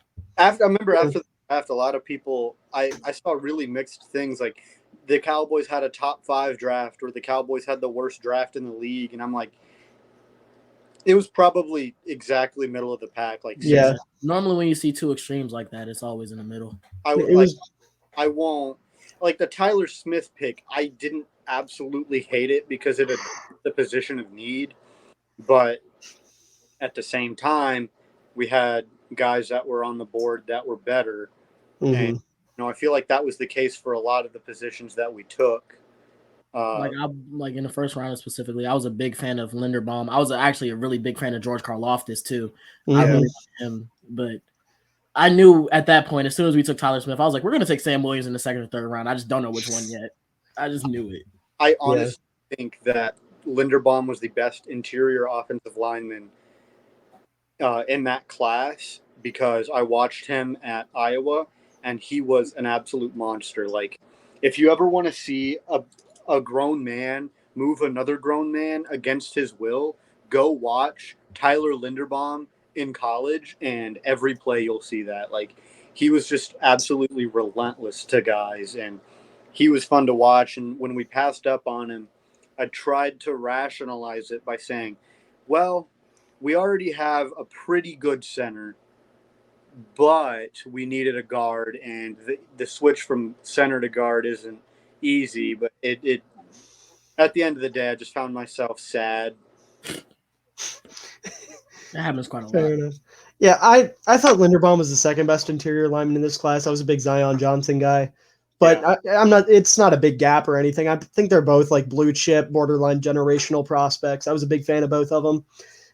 So I agree. Passing on Linderbaum for Smith is a little questionable. Or even if they would have went the route of Karlaftis in the first round and then picked up Smith in the second round, it would have been a lot better. Because I was a big George Karlaftis guy too. I had him as my third ranked edge rusher over Trayvon Walker. Same. I thought he was a stud. Karlaftis, I think, is going to be pretty dang good. Where did he go again? Kansas City. Yeah. Of course, he ended up in a good organization. Of course, he did. Yeah. Happy about that because. Then in the fourth round, Jake Ferguson. He's Dalton Schultz. After Dalton Schultz played on the franchise tag, he's going to be gone. Jake Ferguson, that guy. Jake Ferguson just screams safety blanket to me. He's the definition of just drag every single play. If nothing else is open, he's just sitting there. Which kind of sucks because I like it. Because that's exactly what Jason Witten was. Now, I'm not saying that he's going to be the next Jason Witten, but I mean, I've never been a huge fan of, and maybe it's because I'm just so jealous, but I've never been a huge fan of these tight ends that can go and do all these crazy athletic things because the Cowboys have never had a tight end that can go do these crazy athletic things. It would be really nice if we did, but there's something about the tight end position where it's like, if you can just sit down and get 3 yards a catch and then not have to worry about running after you catch the ball, that is perfectly fine with me. But he can be able to block, unlike Dalton Schultz. Dalton Schultz can't block. I was gonna say Ferguson's not a great blocker either. Yeah. He's all right. Yeah. I mean, Ferguson's all right, but he needs to work on it. But I mean, he is Dalton Schultz 2.0. I don't like doing full on player to player comparisons, but he's as close as you're gonna get. I don't know, maybe his ceiling isn't quite as high, but he's basically the same player. Then after that, y'all got Matt Walletsko, who I'm a fan of. I like that pick. He's a developmental pick, but he's a guy where the traits are there, the size is there, the strength is there. It's just another situation where he's got to work on the technical aspect of it, which is weird because you guys took 2 developmental linemen and one of them was in the first round. Hey, but we're more prepared to win a Super Bowl this year, according to Jerry Jones. I don't know anything about Matt Walletsko. I mean, I can't really speak on him at all. I don't know anything about him. I don't even know. He's a good run blocker. It's just against the pass, he lets guys get up underneath of him and he gets too high. So, perfect Cowboy. Yeah. I mean, for lack of better words, he's Lyle Collins again. Missing his character issues at this point. Yeah. I don't know much about him off the field. Maybe there's something there. Who knows? Because even Leo Collins had character issues. Well, yeah, To a degree, he was found innocent. Okay, yeah. I just remember something about him from, I believe it was a murder case. Yeah. What? Yeah, it was something. Like- that's why he didn't get drafted at all. He was supposed to be like a high first-round pick, and he didn't get drafted because he was at home getting questioned for this murder case, and he was found innocent. And The guy knew where he was. The Cowboys were like, "Hey, man, we heard murder case. You want in?" Like, we haven't watched a single second of your tape, but we like what we've seen in the news. I don't even know who that's Jerry doing his due diligence right there. He looks him up on Google, doesn't watch the tape, just looks for the headlines. Breaking news. Odell's going to get in a hit and run tomorrow and sign with the Cowboys the next day. Even Calvin Joseph was a part of a murder. Yes, he was. I did know that one too. And that was crazy. I'm surprised y'all didn't get who was the dumbass that robbed somebody at gunpoint and then paid him off? Was it Baker, DeAndre Baker? I don't know. That doesn't sound familiar to me. He did something. I know I saw his name in the news for somewhere. Former Giants, and didn't he play for the Chiefs last year? He's on the Chiefs now, yeah. At this point, I'm surprised we haven't signed Damon Arnett. Or Henry Ruggs. Somehow gave Henry Ruggs a contract. I feel bad for Raiders fans specifically for that point. Damon Arnett every single it was DeAndre Baker, him and Quentin Dunbar. They got that's what it was. I remember they were arrested. It was aggravated assault with a weapon. I think which one of our old running backs stole underwear? So one of them did. What? Look, I need to look this up. I'm trying to think. What, like from the store or like in a weird way? Okay. Cowboys running. Whoa. Dude, you are an NFL football player. You do not need to be stealing underwear. I mean, hey, listen, every penny counts. Oh, it was Joseph Randall. What a random fucking cowboy. Who? Yep, Joseph Randall tried to steal cologne and underwear at a Dillard's in Frisco, Texas. Okay. At a Dillard's? Isn't that like not a convenience store, like a department store? Uh-huh. Yep, in 2015. It's not even like he's... I mean, it would have been one thing if he stole, like, Gucci underwear. It was probably just, like, tidy whities. Like, yeah. The most embarrassing kind of underwear because he's got, like, pink My Little Pony. That's why he stole them and didn't want to pay for him. He was embarrassed. Yeah. It's just a phase. I didn't want to pay for him and get embarrassed. Oh, my God. So the next Cowboys fined Randall one full game check, which was $29,000 for a pair of underwear. Whoa. Oh my God! I knew I remember that story. Some people just don't have any common sense, man. That's ridiculous. It's absolutely insane. The next guy we drafted after Walletsko was Doron Bland, and he's a Quinn guy. He's a Quinn type of corner. I think he's going to be good. I don't know much about his game, but he's a bigger dude and he's physical. So Dan Quinn's going to have a field day with him. Yeah. Or not bigger dude, but he's solid. He's like 6'2" or something. So he's not big, but he's got a little bit of size to him. And then that next pick was Damone Clark, who is a stud. He can't cover for shit, but he's fantastic against the run if, his spine works. Who needs coverage when you can get 11 picks? For real. I mean, honestly, the dude's a great blitzer. He's fantastic against the run. He's really good at picking out the ball carrier through traffic, which is awesome. Like Clark can be a legitimate stud, I think, if he's able to play. We're gonna put him on the field every time they think it's gonna be a run, and they're gonna play action us every single time. Oh my God, he's gonna bite on it every time too. Every single time, because he's terrible at that. And then another thing, like when I say he's bad in coverage, it almost looks like he has no idea what's going on every single snap. Like he's bad in coverage. And so we're talking about like Micah Parsons against the Buccaneers when Tom Brady was just dissecting him bad. Yes. Okay. Probably worse than that, honestly. Okay. Yeah. And on top of that, his tackling technique is iffy. Like, I don't know how to explain it, but it's very inconsistent and almost looks painful half the time. Like, he's the type of dude that if he doesn't get that figured out, he's liable to end up like Ryan Shazier, which is concerning. especially considering his spine's already He fucked already up. have spine issues. Yeah, like they literally had to fuse his spine back together. Like it's bad. What happened? I'm not entirely sure. I'm trying to look it up now, but I don't really see anything on it. I would assume maybe something happened during a game. Well, Let's find that out. I don't see anything. All I see is a bunch of. I just looked up Damon Clark. Oh, he had a herniated disc, so I don't think that would have happened in a game. I think that's just something that. Oof. Dangerous. I mean, that could paralyze a person. Mm-hmm. Yeah, because he was like top, like he was a first, second round prospect before that came out. Very unfortunate, but he's not going to play at all this year. Yeah. Yeah, he led the SEC in tackles in 2021 and was second in the nation across the board in tackles. Yeah, it's very unfortunate. I hope he's okay. I hope he's able to play. Yeah, like I said, he's a hell of a talent. I'd rather him not play and be healthy than play and get hurt. I mean, right. I know people think differently. Like, oh, I'd rather him get hurt trying to play for my favorite team. But no. I mean, if it comes down to that, I hope he does the smart thing. But like, if he's able to play, I hope he does. Like Chris Carson, him retiring. Exactly, Chris Carson needed to retire. That poor dude's neck. Have you guys seen the picture of what they got put in his neck? Like just imagine. Yeah. Now he's a pure power runner. Like he's the type of dude that's just going to put his head down and run straight. Imagine he gets hit the wrong way in his neck and just doesn't get up. Yeah. Like it would have been horrible. Want to imagine that, but right. That's something that would absolutely have happened had he not retired. And I'm glad the Seahawks did the right thing with him. I'm glad they paid him.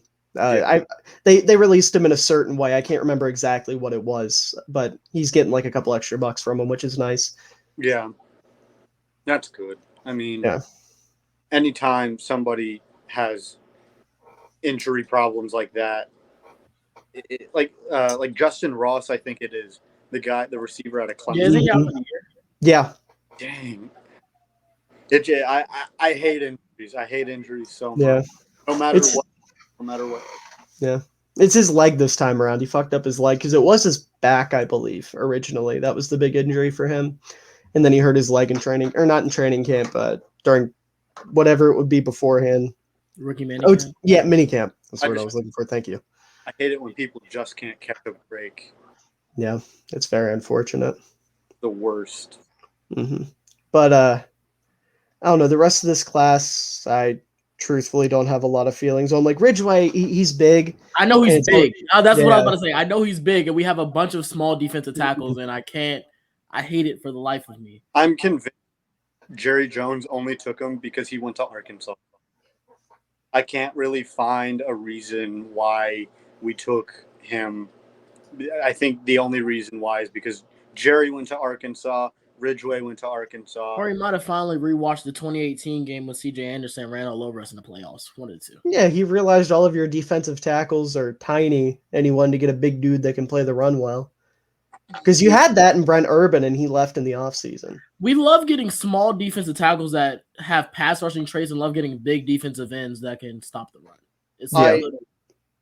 I don't even remember anything about Brent Urban playing for us. He was good for his first stint with you guys. He was pretty solid. And then he came to Chicago. And then I think he went back to Dallas, if I'm not mistaken. Or maybe he took a stop in between. He might have went to New York. I don't know why. I don't know why. I don't think it was Baltimore, maybe? Did he retire and then come out of retirement? Or am I thinking of somebody else? You're thinking of somebody else. I don't think he retired. He's a big white Canadian dude. And he does the air guitar every time he gets a sack. Oh. I can't remember where all he played because I know he went to Dallas, then Chicago, and now he's back in Baltimore. Okay. Yeah, I like him. He's a good run defender. Not much else, but he's solid against the run. Yeah, we can take as much of those guys as we could get. I mean, the last game, Deebo Samuel and Elijah Mitchell ran all over us. Mm-hmm. Y'all talk about a guy that I think is going to make an immediate impact this season for us out of this draft class. Devon Harper. He was a freak at Oklahoma State, man. He was good. and he was our last pick, but I think he could do some damage. Because I remember I watched him because I watch a lot of Big 12 football because my mom went to Oklahoma State, dad went to OU. My friend plays football at Baylor, so I watch a lot of Big 12 football. And he is probably one of the better linebackers I've seen in the Big 12, especially last season. He was good. Mhm. And I mean, I don't know exactly what he's best at because I haven't really broken down his film. That's not really my thing. But Right. I remember hearing his name called every single time I'd turn on an Oklahoma State game, That's especially. always a good sign. Yeah. Well, maybe not always. Well, it was never in bad. It was never in a bad sense, like Right. penalty. But it was always like you'd hear, oh, Devon Harper with the TFL or whatever. But again, I don't really break down film that much. I probably need to just to sound a little bit more intelligent. But he's somebody that I've always heard his name, so I think he's going to be good. So I don't know. That's my take. Fair enough. Yeah, I don't know a damn thing about the guy, so I'll take your word for it. That's like the only draft pick I wasn't too familiar with. I guess I wasn't that familiar with Ridgeway, but the size matters for him. Yeah, I mean, I could totally be wrong about all of this, and he could be the worst football player that we've ever drafted. Hey, you know what? Stick to your gut. You got a gut feeling. Stick with it. Don't give up on it. No. Unless it's that Micah Parsons is going to be a bust for your team. Unless it's that. Well, don't give up on it until you're proven otherwise. We'll put it that way. Yeah. I liked Micah a lot coming out. I wanted him to go to New England because I thought Belichick would be able to do the craziest shit with him possible. Oh, but I'm so glad he didn't end up there. I can't Micah in any other uniform. Especially because even on draft day when he said if it's Dallas, I'm gonna cry. At that point, I was like, he's a Cowboy, and people who want to play in Dallas are gonna find ways to stay in Dallas. I can't imagine wanting to play in Dallas at this point, though. It's normally only draft picks who want to play in Dallas. Yeah, right. It's always like the young guys that are like, oh, the Cowboys, they have a historically. And then they meet Jerry Jones. And then they meet this guy that puts salt on his McDonald's breakfast sandwiches, and they're like, what the hell is this? Get out of here now. Listen, I'm telling you, I'm just waiting for him to start showing up to games with a big black hood on with his hands dangling like this, that angle with the full Palpatine look. It's coming. It's coming. There's no Jerry Jones is the villain. Everyone talks about Belichick. It's Jerry Jones. Jerry Jones is the villain of the NFL. But at his job. No, I mean, I don't even know what to say, man. It's embarrassing. Yeah. Ridiculous. Pathetic. Unfortunate. Childish. Okay, interesting. It is. It's childish. I mean, if he's putting salt on his McDonald's breakfast sandwich, I suppose he is a bit childish. I'm convinced that I could do a better job than he could. At least I would send out offers for star players. You would actually do your due diligence. I would try my damnedest. I wouldn't. You don't know how many players we've done our due diligence on, from guys as big as Jalen Ramsey to anybody at this point. We've done our due diligence on pretty much every player on the NFL, on every single team. I really feel like Jerry just does a quick Google search, watches a 10-minute highlight video, and searches to see if they've had any arrests. And it's always the highlight videos with like the dubstep music in the back. Nah, I think dubstep might kill Jerry. He's got a special team that makes him one with like Beethoven in the background. Oh, just some classic. It's always like Mozart. There you go. Those videos that little kids would watch before their football games, like hardest hits in NFL history. And boom, and then you're like, yeah, let's go. Oh my God. Jerry Jones watches before he signs a guy. On that list, he'll sign him like that. Yeah, they have Devon Clowney yet. Oh my Lord. I feel like Clowney just doesn't want to go to Dallas. I feel like he's smarter than that. Unfortunately, I would like to have him in Dallas. Hey, I mean, another edge rusher that specializes in stopping the run. Yeah, Great. and he's a big name. And at this point, all I want is big name people in Dallas. I want the jerseys. Well, you can. I don't know. Are there any like completely washed big names that are sitting out there? Julio Jones was. Julio's not washed. He's still got some in the tank. You know who we're gonna sign? We're gonna figure out a way to sign Antonio Brown.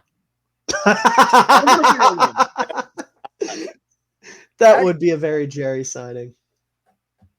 Part of me wants to, because I think an Antonio Brown Cowboys jersey would be really cool. And Antonio Brown, the football player, is still a good player. Yeah, but you can't. Antonio Brown's not somebody you can separate the art from the artist because the artist starts to leak onto the field. Yeah, we've seen the artist that. was performing at Rolling Loud the other day. No, was he actually? Antonio Brown was the first athlete to perform at Rolling Loud. I'll send it to you on Twitter. Hold Oh my god. He was also that one singing show. The Masked Singer. Yeah.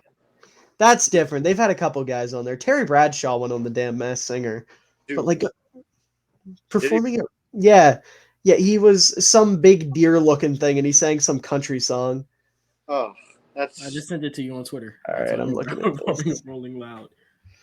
Oh my god, why? What is he? Yeah, we'll find a way mid-season to sign Antonio Brown. Oh my god. And then when he realizes we're not making the playoffs, he's just going to sit out.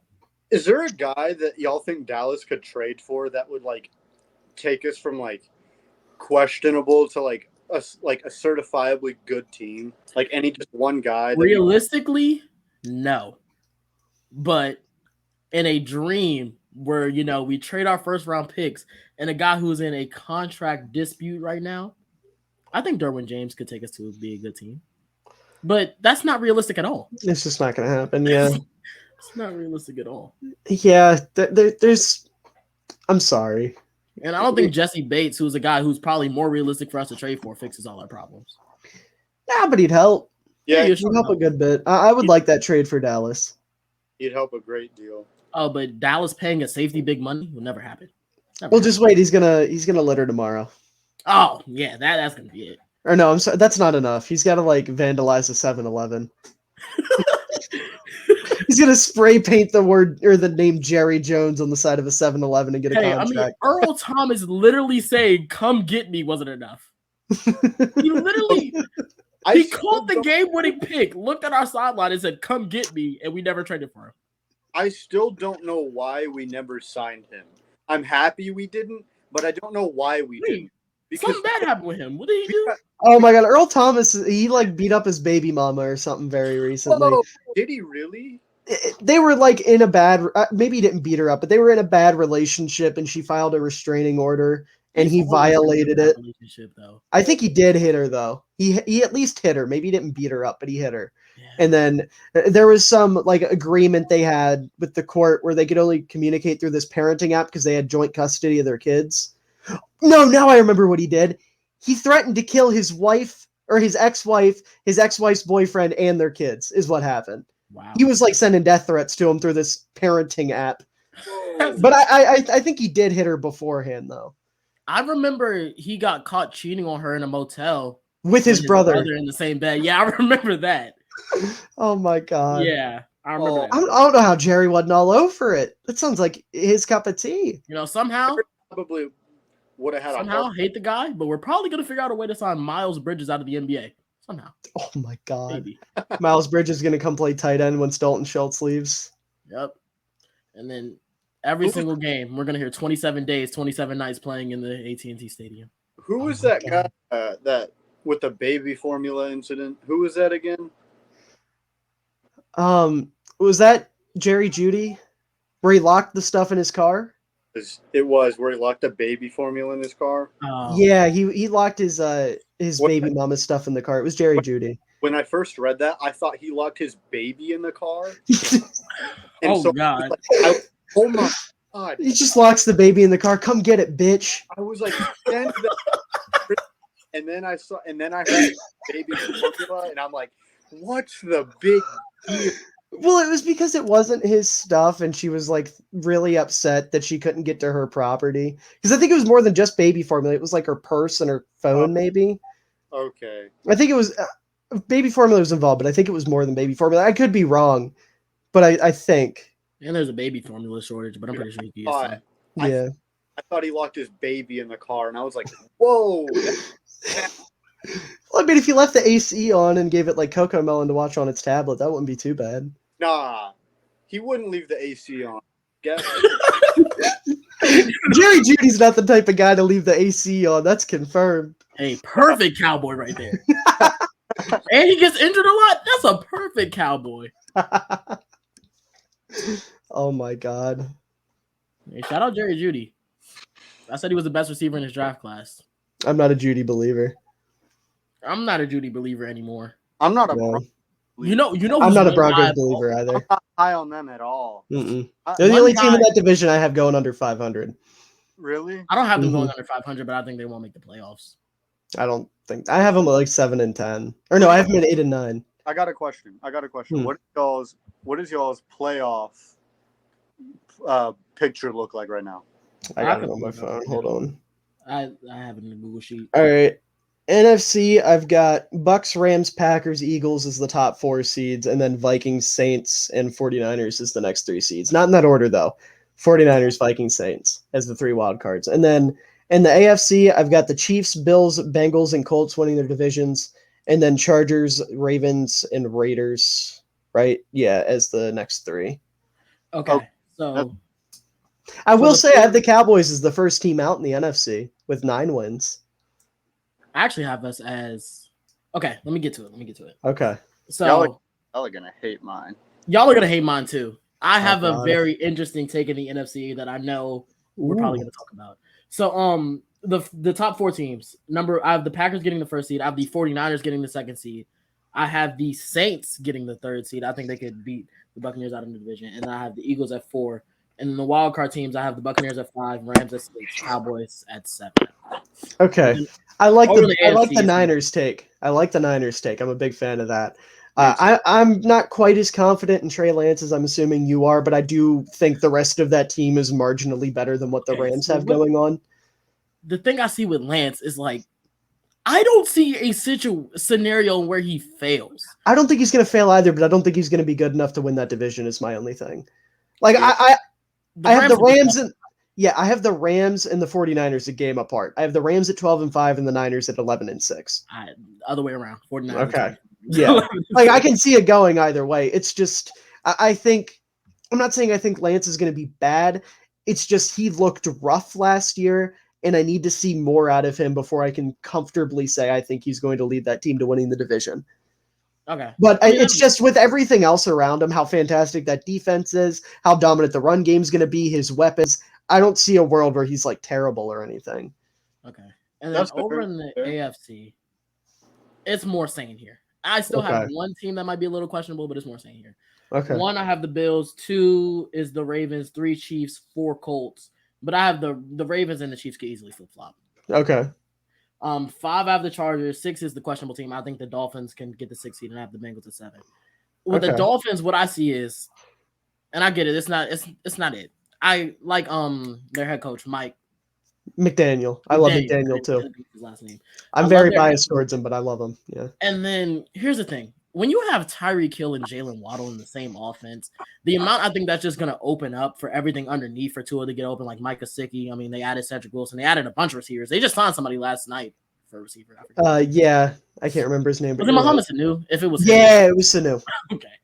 Yeah, And because then everyone was joking he's QB1. Yeah, it was And Sanu. then defensively, you still have the same defensive coordinator you had under Brian Flores, even though I think Brian Flores was a hell of a defensive mind. Mhm. You still have the same defensive coordinator, so I think you're going to be familiar there with still guys like Xavier Howard, Byron Jones, Javon Holland, who I think is a stud. Zach Seiler, who's the most underrated defensive lineman in football. Him, Emmanuel Ogbah off the edge. You brought in Melvin Ingram. It's just a lot of talent on that team. And Yeah. I think we'll be able to get it done. Yeah, I have the Dolphins as the first team out in the AFC, so I see the vision with them. It's just hard to bet on Tua right now. Yeah. That's my only thing with it. Like, I understand where you're coming from, and I do agree, but Tua still needs to play at a decent level. It's just the fact that the AFC is so tough. Right. That's the only thing too. don't- The only thing I don't like about my AFC predictions is I have 1, 2, 3, 4, 5, 6 teams winning 9 and 8 games. I'm concerned about that. Mhm. But like it makes sense to me. So I don't know. I just don't like having that many teams that are that close in record. But with how good the AFC is, it's just a lot of these teams are going to go out and dog on these NFC teams. It's ridiculous. Mm-hmm. Like there's legitimately like only like maybe 3 teams that I can see missing out on the playoffs, like that I have guaranteed missing out. I got 4. I'll say Jaguars, Texans, Browns, and Pats are the only 4 I can see definitely missing the playoffs. Okay. I just don't trust the Patriots right now because they're in a weird situation. They don't have any coordinators. Their defense is very shoddy. Hey man, they got Joe Judge. Oh yeah, Joe Judge. Wow. And their offense, they need weapons, and their offensive line is probably going to be fine, but they got to figure out their tight ends. They have the talent, but they haven't done anything. They're the most. I've used this word already, but they're the most mid team. Mm-hmm. They're just nothing about that team is just exciting. And then their corner, they lost J.C. Jackson. Now they're relying on Jalen Mills to be their number 1 corner. Yeah. And then what's his name? Jonathan Jones. Every Patriots fan is acting like it's the second coming of Jalen Ramsey, which is hilarious to me because like he showed flashes last year, but he's not consistent enough to even be their number 1 over Jalen Mills or Malcolm Butler. Like they're in rough shape. The Patriots are in rough shape. Like I can't bank on them to suck because Bill Belichick. Yeah, but that's where I have them exactly too. I have them at 7-10. Yeah. And then the Browns, my 3 that I think are guaranteed, especially if Watson gets suspended, is the Jags, Texans, and Browns. Yeah. I think every other team has a fighting chance, even though I don't see the road where the Jets make the playoffs just because their schedule is insanely tough, but I love what they're doing over there. Yeah. You said the Jags?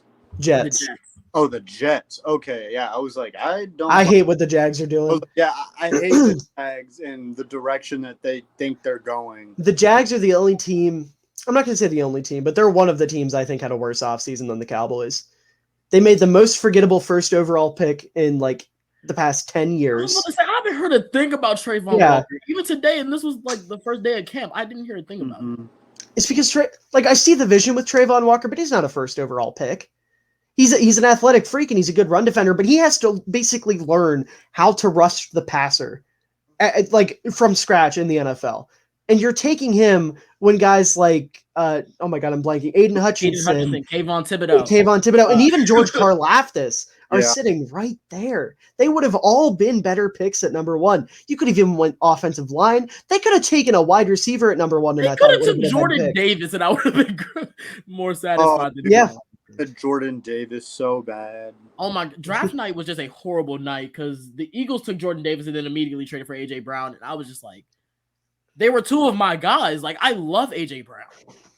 I used to love AJ Brown. Well, yeah. And I now still gotta push the agenda. Tristan, that you look genuinely like dead inside for a second there. You said, "I loved AJ Brown." like that was sad. I can't. I can't. He's an Eagle. What can we do?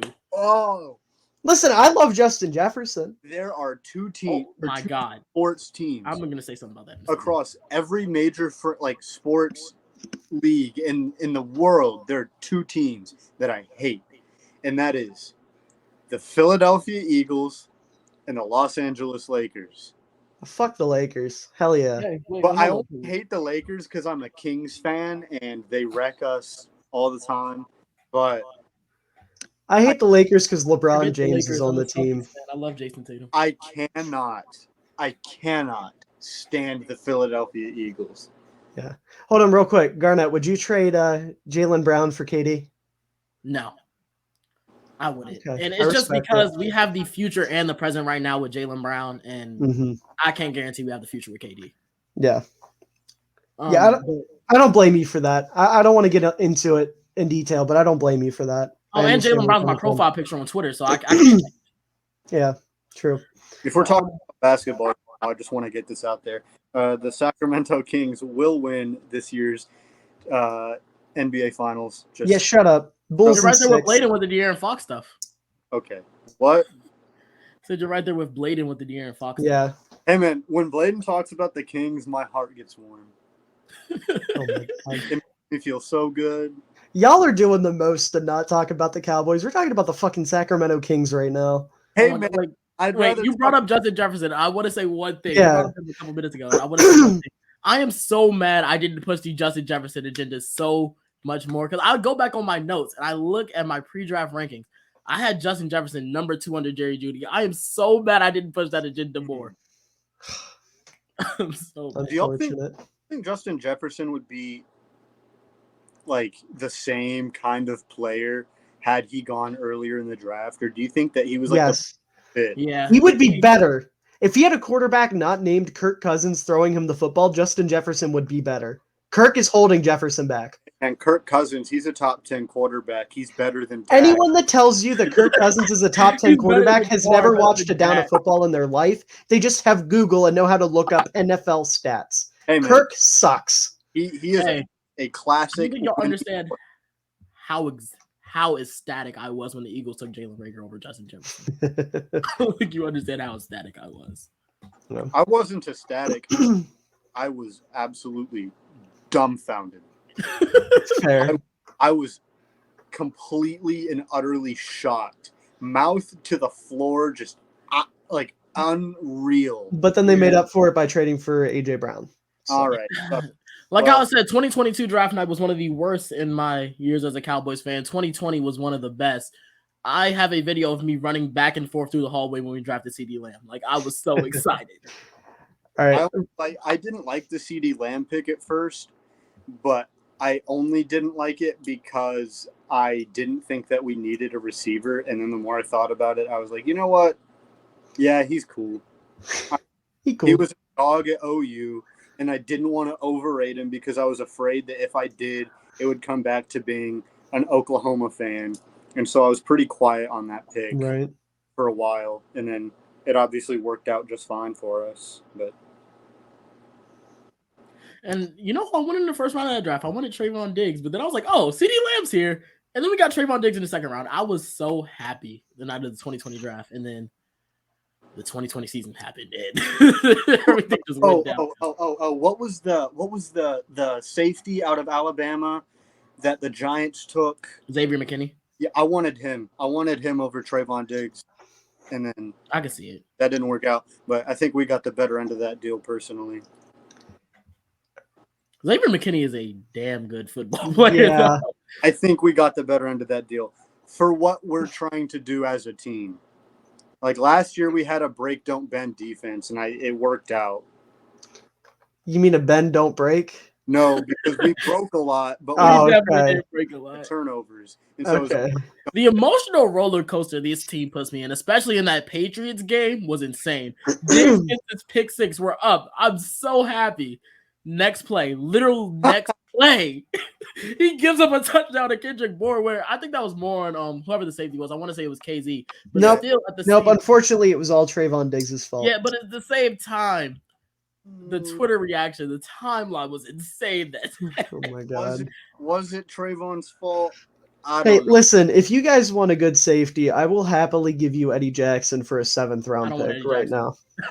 You can have him. This is a charitable donation. You can take him. You can take all of his contract too. Just listen. I don't want or need your charity. I think you guys can use the charity. Yeah, we could. Hey, give Jerry Jones more salt to put on his McDonald's breakfast sandwiches. We might be all in. Well, listen, he can get all the salt he wants from the Twitter comments when the Bears trade Eddie Jackson. Because Bears fans are going to be pissed, but it's the right move. I hate Eddie Jackson so much. I could slander that man for 2 hours. Like I just can't stand watching Eddie Jackson play football. I use the term football porn a lot just because I think it's funny and it gets the point across. Like anytime I talk about Kyle Juszczyk, I describe what he does as football porn. Eddie Jackson is like the inverse of that. Watching Eddie Jackson play football takes years off of my life. And I can remember back like in 2020 when Eddie Jackson had already fallen off because he was good in 2018, took a step back in 2019, 2020, he fell off a cliff. I can remember that year. I had Cowboys fans that when I'd bitch were like, we'll happily take him off your hands. If you don't want him that bad, we'll take him. Like, yeah, go ahead. Like, make my fucking day, dude. Take him. He's awful. He has no football IQ. He can't tackle. He refuses to tackle. Can't force turnovers anymore. Oh It's like his only role that he can thrive in is like, hey, other safety, do everything, and I'm going to go run around and see where the ball ends up and try to This intercept reminds it. me so much of 2021 Jalen Smith. Oh my God. Bad for Jalen Smith. Yeah, his fall from grace was. Well, he completely shattered his leg coming in, right? Yeah. And then he came back in like 2017, 2018. He was really good. And then, 2019 he was solid, and in 2020 everybody on the team was bad. And then last year he just, oh my God, it was this picture Theo tweeted out of him just jumping up and the ball is like 10 yards already behind him. Oh God. I feel bad for Jalen Smith, but he was so hyped when we beat the Giants this year. He was on the Giants. Yeah. Shout out Jalen Smith. He was on the Packers for a while too, right? Mm-hmm. For like 20 minutes, it felt like. Yeah. I said for a while, but it was like 3 days. Yeah. All right. Well, okay. So me and Garnett are in agreement that the Cowboys, or no, you had him in the playoffs, right? Yeah, I had him as the 7th seed. What was their record? 10-7. Okay. Tristan, where do you have him at? Okay. So for me, this is my super ultra correct, without a doubt. He's going to have the Vikings as the 1 seed, and I'm going to get up and walk away. I have the Vikings as the 6th seed at 10-7. Okay, that's where I have him at. The Vikings have burned me so many times that I just don't trust them anymore. So I can't trust Kirk Cousins enough to put them any higher, dude. I try to be unbiased as possible. He's going to have the Cowboys at 17-0. Same. But this is no. No. But just how it happened to shake out for the NFC East, the record predictions are I have the Cowboys and Eagles at 11-6, but the way that it worked out with the is it has Dallas at the 4 seed and Philly at the 5 seed, even though I think Philly would go for the playoffs. I had the same thing at first, and then I redid them like a couple weeks ago. I gave the Titans the extra win because I think the Titans just won't finish under 500. Yeah. Yeah, I have us beating the Titans, but I think that game could go either way. It could very well go either way. But I mean, I have us starting off 2-4 with losses to the Eagles, Rams, Bengals, and Bucks. So, Same. I mean, I don't think that we're going to be very good off the stretch. But after the bye week, I think we lose to the Packers and Vikings, and then we win out from there. But I mean, record predictions this early don't mean anything. But yeah, the 7 losses for me was the 2 to the Buccaneers and Bengals, the 2 to the Rams and Eagles. I had us losing to the Packers, Colts, and Titans. That's the 7 losses I have. Yeah, I'm trying to pull mine up. I think that the Cowboys and Eagles sweep the rest of the NFC and Giants and then split home and home with each other because I think that they're pretty close. But for the rest of the NFL, I have for the AFC, I have the Bills at the 1 seed, the Ravens at 2. This is my dark horse team right here. I have the Raiders at the 3 seed. I love the Raiders. The Titans at the 4. Whoa. The 3 seed? I love the Raiders, but that's my brother in Christ. The 3 seed? Okay, here's why I have them in the 3 seed. Is because never mind. I didn't realize that I had them. Hold on. No. I wasn't looking at the schedule. I just now realized that I had them beating the Rams, and that's not going to happen. So I'm sorry about that. Hey, I mean, listen. Okay, I'm the biggest Derek Carr fanboy outside of Vegas there is, but the 3 seed? Okay, no, but that was. And I might be the biggest Max Crosby fan you'll ever meet. I love Max That was Crosby. an honest mistake. Trust me. That was an honest mistake. Now, an honest mistake is not doing your due diligence. That's a goddamn war crime. Okay, I'm sorry, but I have them not beating the Rams, and that dropped them from the 3 seed to the 8 seed. So anywhere That's how jumbled the AFC is, and I'm gonna love watching from it. 3 to 8 is where I have the Raiders. And then at the 4 seed, I have the Titans. At the 5 seed, I have the Chargers. 6 seed, Bengals. 7 seed, Colts. And then the replacement 3 seed is the Chiefs. Okay. And then for the NFC, I have the Rams at the 1 seed, Buccaneers at the 2 seed, Packers at the 3, Cowboys at the 4, Eagles at the 5, Vikings at the 6, and 49ers at the 7, at 10 and 7. So, but like y'all were saying earlier about the 49ers, I think that they could be really good, but it's about to what it comes down to is the inexperience for what's his name? Trey Lance. For Lance, yeah. All right, I'm gonna run through what I got. Oh my God, hold on.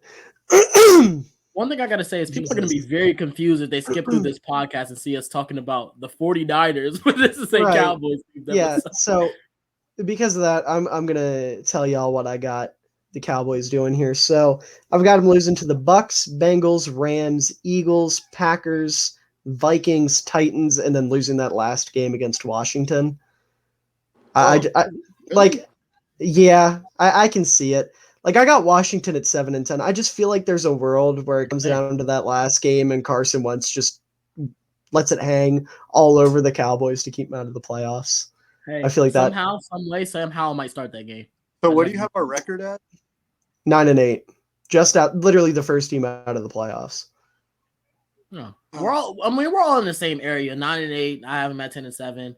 Yeah, Tristan has them at 11 and 6. We're all in the same area. No, I feel like 11 and 6 is a little bit generous, but at the same time, I'm giving us the benefit of the doubt games. Shoot, I think the Colts could beat us. I think the Eagles could sweep us. I think the Titans could beat us. What? I think we're gonna flip the games we win against the Eagles because December 24th, the day before Christmas, that just sounds like the day they're gonna let me down. I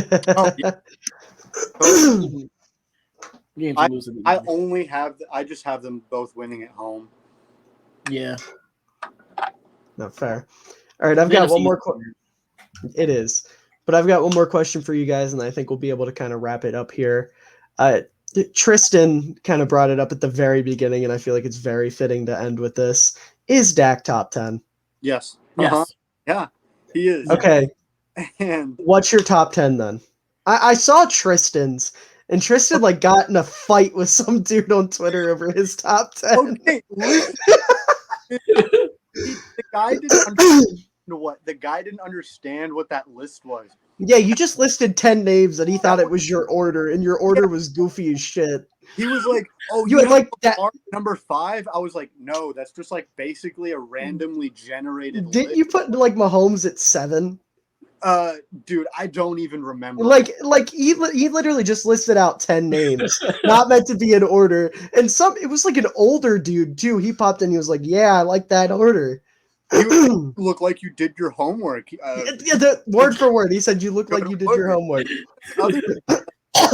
Okay, so I told him, I was like, "Listen, man, this is not the order of the guys that I have. This is just the guys that I have in no particular order." And he's like, "Well, why did you put Lamar at 5, dude? He's not better than Dak." Because this guy was a Cowboys fan, and in my head, I was like, I would totally rather have Lamar than Dak, but that's the point. And then I was like, "No, dude, I don't think you understand. I don't think you understand the original post." And he goes, "I'm so sorry, you're misunderstood." And I was like, "What are you talking about? What does that even mean?" I hope he's watching this right now, because that guy. We gotta hunt him down and send him the link and just give him the timestamp. God forbid, dude. You're an idiot. I'm sorry. You are stupid. You do not know ball. But that was not my top 10 in order. That was just a random list. You shouldn't have framed it though, because you put like 1, 2, 3. You should have just been like, these are the 10 names, and then listed the names. But when I cleared it up to him, like I understand how people would get confused at that. Well, yeah, because you laid it out like an ordered top 10. I knew what you meant. Because I think you said in the message, this is not in order. Yeah, I said. And then I said the order is up for debate. And then he was like, "Why do you have Lamar at top 5? This is your list, dude. What are you talking about?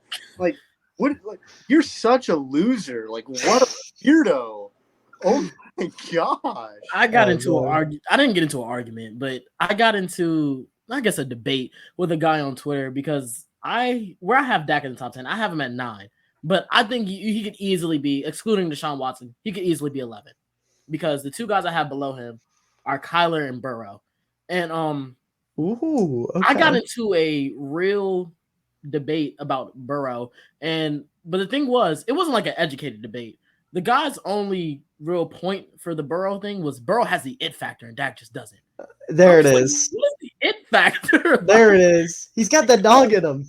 He has that dog in him. Listen, the it factor is the old head version of he's got that dog in him. That's all it is. Yeah. And like, I'm not going to lie to you, to a certain extent that does matter, but it shouldn't be the deciding factor. No, like Kirk Cousins has 0 dog in him, which is one of the reasons why Kirk Cousins is so bad. But Burrow has dog oozing out of him. Yeah, Burrow does have a lot of dog in him. And yeah, I think I kind of slightly under. Dak's got that dog in him though. He does.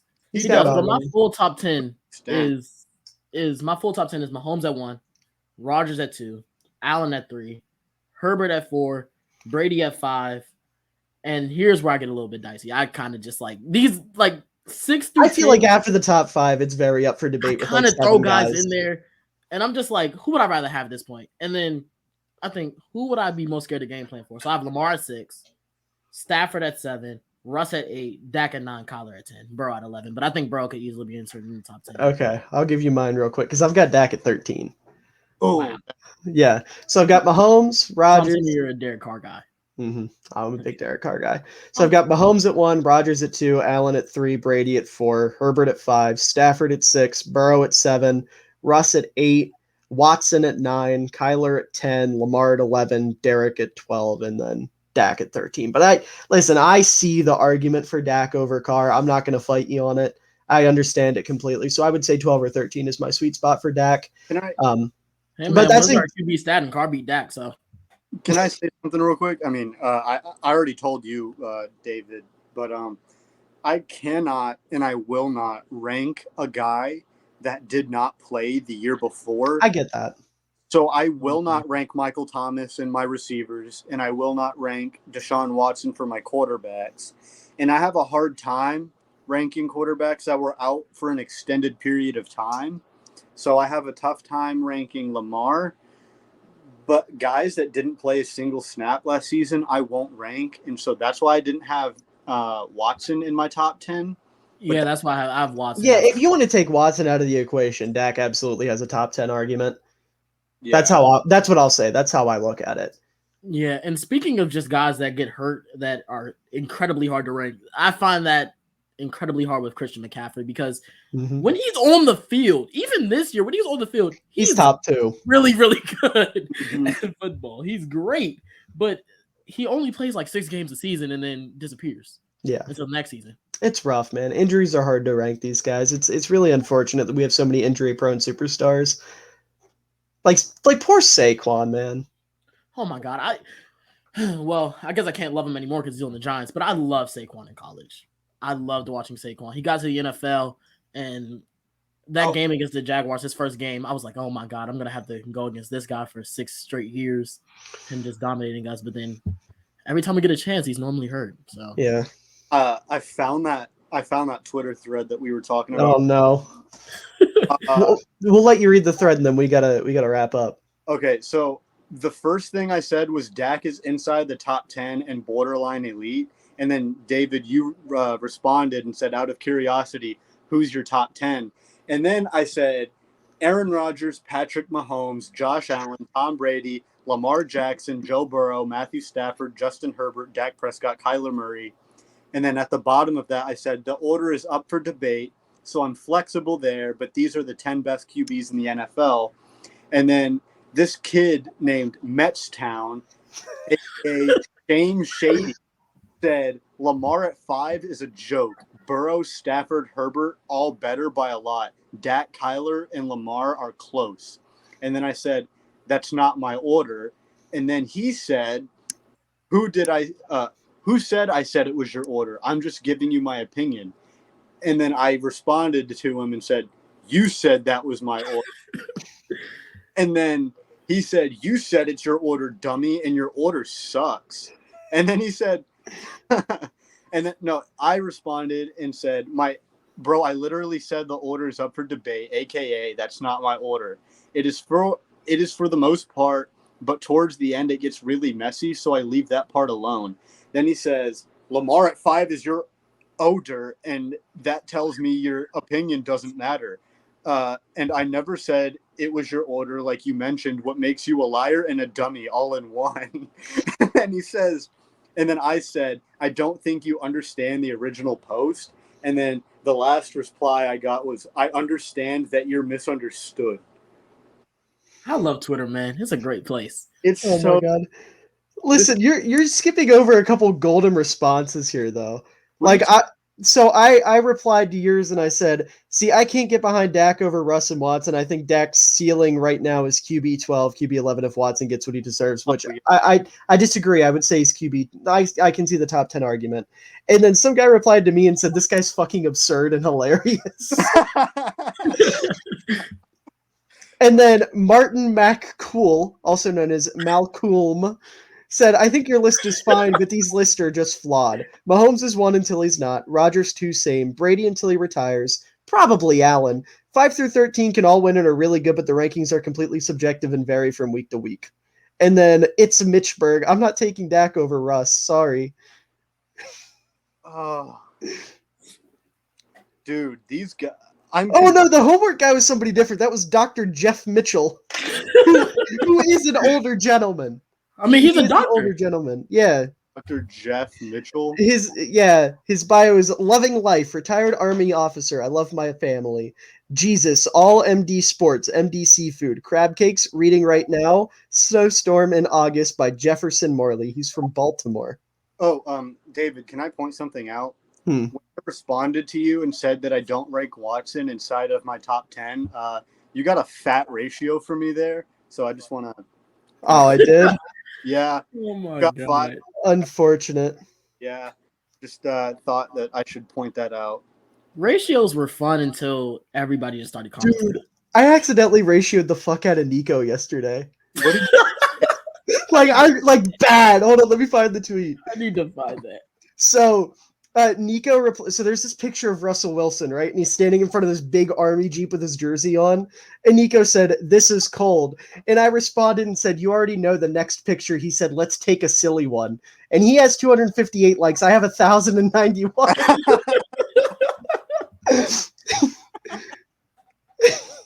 Oh my. I didn't even mean to. I thought that was a funny quote. Nico would be like, funny. I got 1,000 fucking likes on it. Nico's shaking in his boots right now, like, David. I own Nico's poverty Twitter account, unfortunately. Dude, just listen. Nico watches these. Nico, I'm sorry, I don't mean it.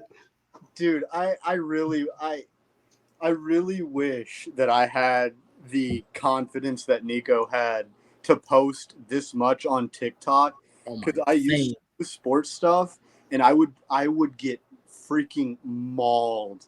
People would absolutely come after me, and then I just see Nico, and he's just so naturally talented at it. Mm-hmm. Oh my god! Even when I was barely posting on TikTok during the season, the amount of people who were coming after me for still having the Chiefs in my top 10 power rankings when they were like 3-3 was just insane. Like, oh my god, dude, TikTok is so fucking scary. I know Tristan follows me, Garnett. I don't know if you do or not. I'll follow you real quick.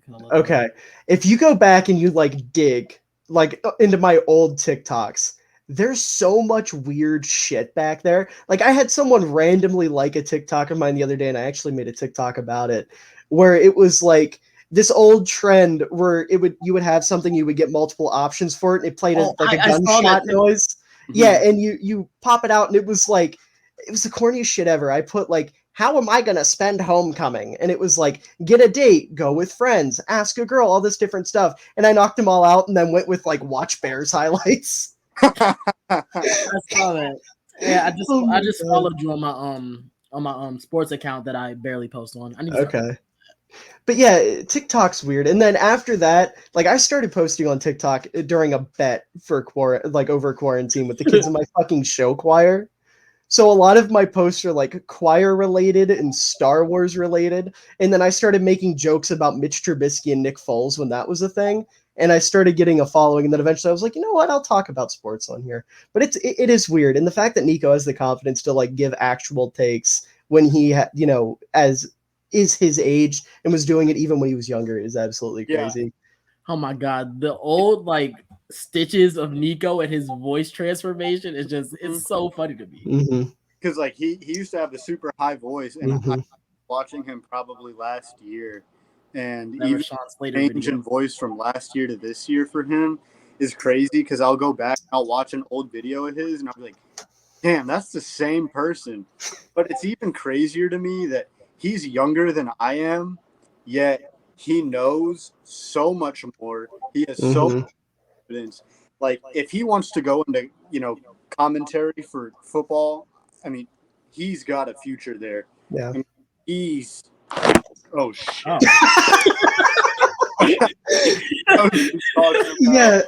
I really regret not starting doing shit like that when I was younger, because I could have tried to start when I was, I guess it would have been right around his age, 16, 17.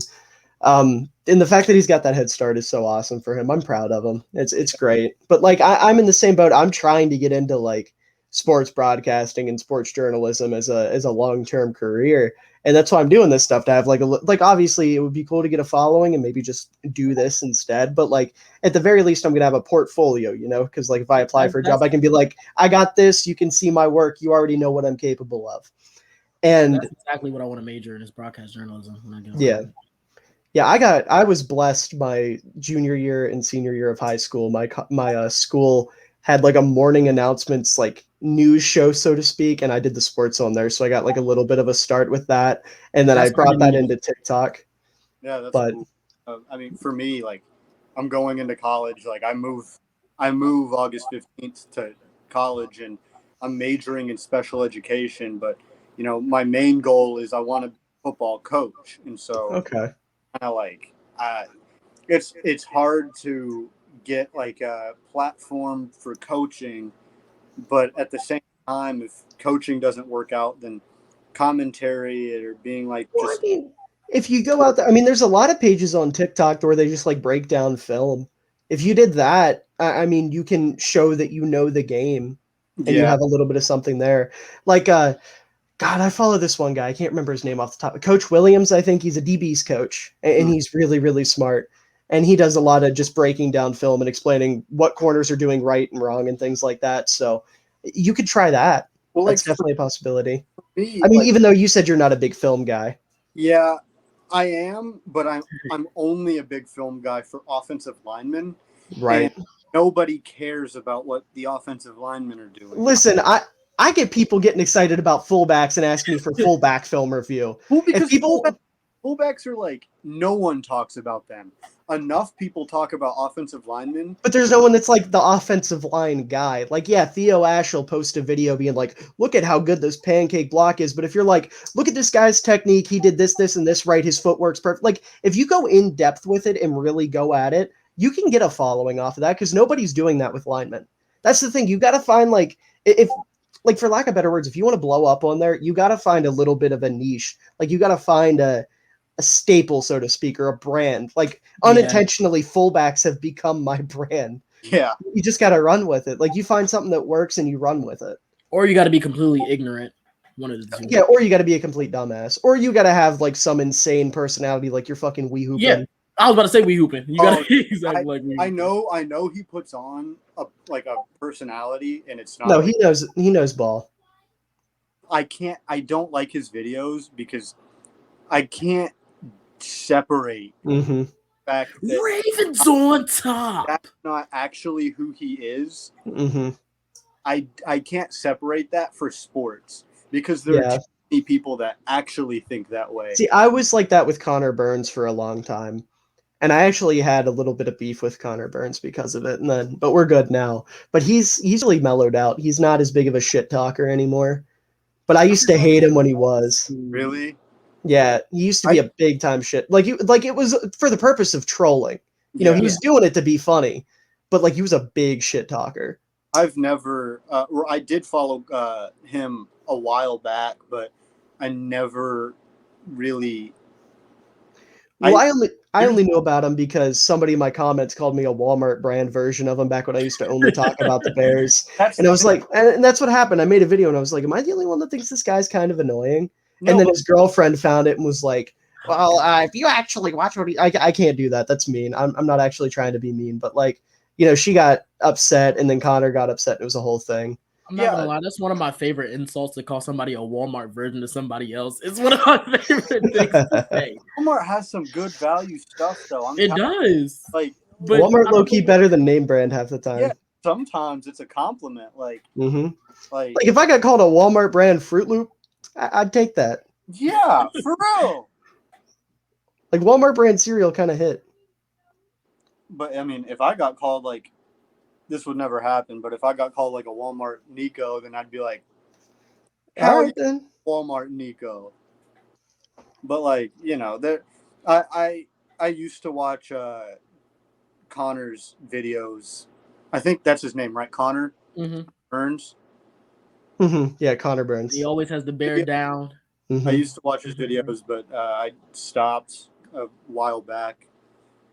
I don't really remember exactly why, but then I found you shortly after, and like, this guy knows what he's talking about to a degree. I'll follow him. To a degree. Couldn't give me the full compliment. Had to half-ass it a little bit. I have to back to compliment my thing.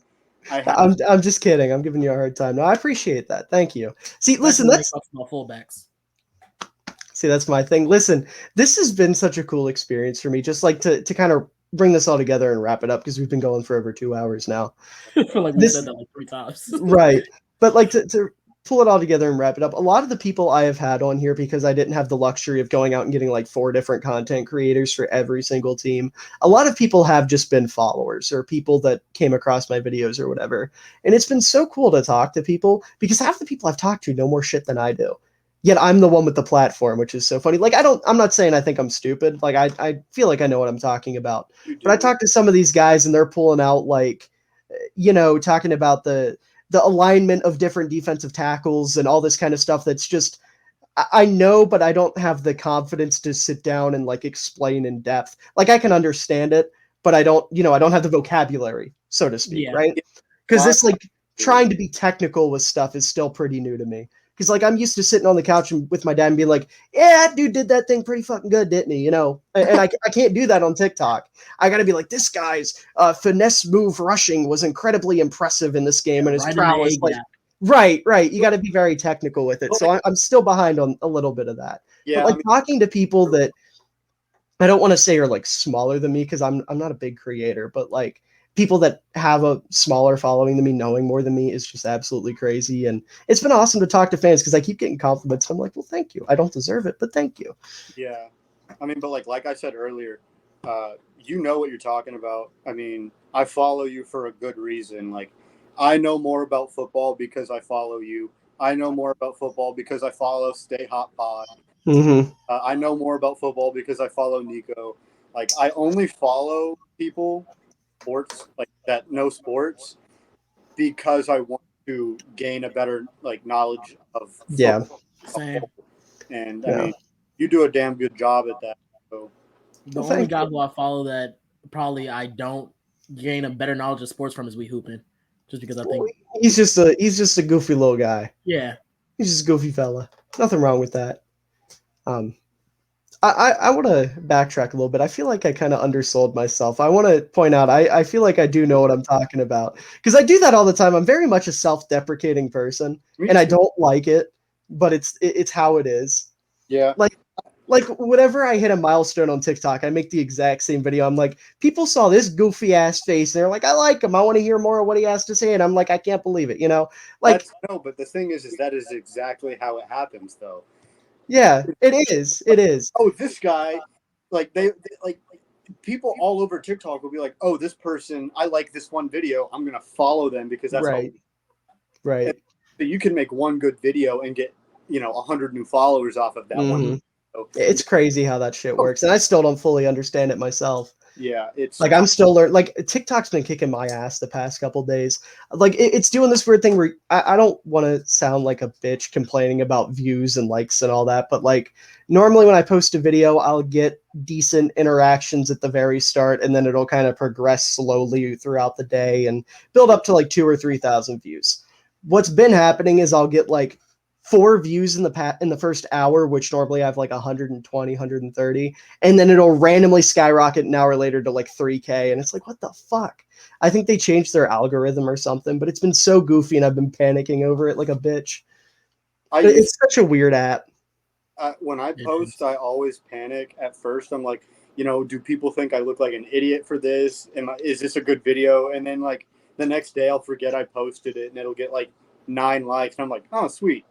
Yeah. See, my God. It was one video I posted, and it was kind of a troll video, and I forgot what I said. It was something about Dearness Johnson and comparing him to Ezekiel Elliott or something. It was something about that, and I completely forgot I posted it. I checked it later at school. It had like a couple thousand views, and I was just like, wait.